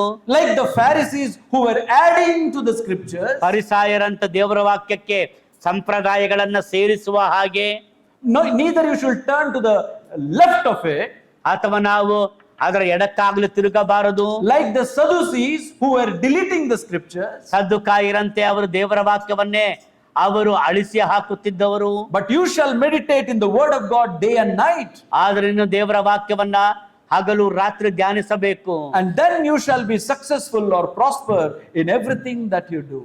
ಆಗ ನೀನು ಮಾಡುವ ಎಲ್ಲಾ ಕಾರ್ಯಗಳಲ್ಲಿಯೂ ಕೂಡ ಜಯಶಾಲಿಯಾಗುವಿ, ಕೃತಾರ್ಥನಾಗುವಿ, ಯಶಸ್ವಿಯಾಗುವಿ. Many good Christians, but they are like Pharisees, adding their traditions to it. ಅನೇಕ ಒಳ್ಳೆಯ ಕ್ರೈಸ್ತರು ಅವರು ಆ ದೇವರ ವಾಕ್ಯಕ್ಕೆ ಅನೇಕ ಸಂಪ್ರದಾಯಗಳನ್ನ ಸೇರಿಸುತ್ತಾರೆ. Many good Christians, but they are negating, deleting, avoiding, disobeying the word of God. ಅನೇಕ ಒಳ್ಳೆಯ ಕ್ರೈಸ್ತರು ದೇವರ ವಾಕ್ಯವನ್ನ ಅವರು ಅಳಿಸಿ ಹಾಕುತ್ತಾರೆ, ತಿರಸ್ಕರಿಸುತ್ತಾರೆ, ತೆಗೆದು ಹಾಕುತ್ತಾರೆ, ಬೇಡವೆನ್ನುತ್ತಾರೆ. That's why there is no progress in Christian life. ಆದ್ದರಿಂದಲೇ ಅಂತಹ ಕ್ರೈಸ್ತರ ಜೀವಿತದಲ್ಲಿ ಅಭಿವೃದ್ಧಿ ಆಗಲಿ ಬೆಳವಣಿಗೆ ಆಗಲಿ ಇಲ್ಲ. Young man, will you take a challenge from this conference? ಯವನಸ್ಥನೇ ಈ ಒಂದು ಸಮ್ಮೇಳನದಿಂದ ನೀನು ಆ ಸವಾಲನ್ನು ತೆಗೆದುಕೊಳ್ಳುತ್ತೀಯಾ? Young woman, will you decide for today? ಯವನಸ್ಥ ಸಹೋದರಿಯೇ, ನೀನು ಈ ದಿವಸ ತೀರ್ಮಾನ ಮಾಡುತ್ತೀಯಾ? In the paper, last page where you have signed, ನೀವು ಆ ಪೇಪರ್ ಅಲ್ಲಿ ಕೊನೆಯದಾಗಿ ಸಹಿ ಮಾಡುವಾಗ write down on the top of it, I will have quiet time with God every day. ಆ ಸೈನ್ ಮಾಡಿದ ಮೇಲೆ ಬರೆಯಿರಿ, ನಾನು ಇಂದಿನಿಂದ ದೇವರ ಸನ್ನಿಧಿಯಲ್ಲಿ ನಿಶ್ಶಬ್ದ ಸಮಯ ಅಥವಾ ಪ್ರಶಾಂತ ಸಮಯ, ದೇವರ ವಾಕ್ಯ ಧ್ಯಾನ ಸಮಯವನ್ನ ಮಾಡುತ್ತೇನೆ. I will allow God to speak to me through His word. ದೇವರು ತನ್ನ ವಾಕ್ಯದ ಮೂಲಕ ನನ್ನೊಂದಿಗೆ ಮಾತನಾಡುವುದಕ್ಕೆ ನಾನು ದೇವರಿಗೆ ಅನುಮತಿಸುತ್ತೇನೆ. I will spend time in prayer before God speaking to Him. ದೇವರು ನನ್ನೊಂದಿಗೆ ಮಾತನಾಡುವಾಗ ಆತನ ಸನ್ನಿಧಿಯಲ್ಲಿ ನಾನು ಪ್ರಾರ್ಥನೆಯಲ್ಲಿ ಸಮಯವನ್ನ ಕಳೆಯುತ್ತೇನೆ. I said you just start with your 10 minutes time for God. ನಾನು ಹೇಳಿದ ದೇವರೊಂದಿಗೆ ದೇವರ ಸನ್ನಿಧಿಯಲ್ಲಿ 10 ನಿಮಿಷ ಕಳೆಯುವುದರೊಂದಿಗೆ ಪ್ರಾರಂಭ ಮಾಡಿರಿ. You will enjoy such a blessing in your life. ನಿಮ್ಮ ಜೀವನದಲ್ಲಿ ದೊಡ್ಡ ಆಶೀರ್ವಾದವನ್ನ ಆನಂದಿಸುತ್ತೀರಿ, ಅನುಭವಿಸುತ್ತೀರಿ. Your face will start glowing. ನಿಮ್ಮ ಮುಖವು ಹೊಳೆಯುವುದಕ್ಕೆ ಪ್ರಾರಂಭವಾಗುತ್ತದೆ. Your conversation will change. ನಿಮ್ಮ ಸಂಭಾಷಣೆಯು ಬದಲಾಗುತ್ತದೆ. Your testimony will be strong. ನಿಮ್ಮ ಸಾಕ್ಷಿಯು ಬಲವುಳ್ಳ ಸಾಕ್ಷಿಯಾಗುತ್ತದೆ. You will receive a new boldness and courage. ನೀವು ಹೊಸ ಧೈರ್ಯವನ್ನ ಅದೇ ರೀತಿಯಲ್ಲಿ ಬಲವನ್ನ ಪಡೆದುಕೊಳ್ಳುತ್ತೀರಿ. Remember these two things. ಈ ಎರಡು ಸಂಗತಿಗಳನ್ನು ನೆನಪಿಟ್ಟುಕೊಳ್ಳಿರಿ. Begin your day with the quiet time. ಆ ನಿಶ್ಶಬ್ದ ಅಥವಾ ಪ್ರಶಾಂತ ಸಮಯದೊಂದಿಗೆ ನಿಮ್ಮ ದಿನವನ್ನ ಪ್ರಾರಂಭಿಸಿರಿ. Keep away all distractions. ಎಲ್ಲ ಅಡ್ಡಿಪಡಿಸುವಂತ ಎಲ್ಲವುಗಳನ್ನು ತೆಗೆದು ಹಾಕಿರಿ. Just for 10 minutes. ಕೇವಲ 10 ನಿಮಿಷ. God, Bible, me, my notebook, pen and prayer. ದೇವರು, ದೇವರ ವಾಕ್ಯ, ನೋಟ್ ಪುಸ್ತಕ, ನಾನು, ಇಷ್ಟು ಮಾತ್ರವೇ. And God will encourage you for the whole day. ದೇವರು ನನ್ನ ಇಡೀ ದಿನಕ್ಕಾಗಿ ಪ್ರೋತ್ಸಾಹಿಸುತ್ತಾನೆ. And before you sleep, ನಿದ್ರೆ ಮಾಡಲಿಕ್ಕೆ ಮುಂಚೆ don't sleep with anything else, seeing the videos or seeing any other dirty things. Video ಅಸಹ್ಯವಾದದನ್ನ ನೋಡುವುದರಲ್ಲಿ ಕೊನೆಯದಾಗಿ ಸಮಯವನ್ನ ಕಳೆದು ಮಲಗಬೇಡಿರಿ. Before going to bed, ಹಾಸಿಗೆಗೆ ಹೋಗುವುದಕ್ಕಿಂತ ಮುಂಚೆ read the word. ವಾಕ್ಯವನ್ನ ಓದಿರಿ. Spend time in prayer. ಪ್ರಾರ್ಥನೆಯಲ್ಲಿ ಸಮಯ ಕಳೆಯಿರಿ. And you will have a sound sleep. ಒಳ್ಳೆಯ ನಿದ್ರೆ ನಿಮಗೆ ಬರುತ್ತದೆ. And next day you will come out with a renewed strength. ಮಾರನೆಯ ದಿನ ಮತ್ತೆ ಬಲಗೊಂಡವರಾಗಿ ಹೊಸ ದಿನವನ್ನ ನೋಡುತ್ತೀರಿ. I don't know whether you have seen that difference. ನೀವು ಆ ವ್ಯತ್ಯಾಸವನ್ನ ನೋಡಿದಿರಿಲ್ಲವೋ ನನಗೆ ಗೊತ್ತಿಲ್ಲ. You keep watching in the night. ರಾತ್ರಿ ಮೊಬೈಲ್ ನೋಡ್ತಾ ಇರುತ್ತೀರಿ. Keep watching in the late night. ಮಧ್ಯರಾತ್ರಿ ಮೊಬೈಲ್ ನೋಡ್ತಾ ಇರ್ತೀರಿ. And with all that you see, you go to bed.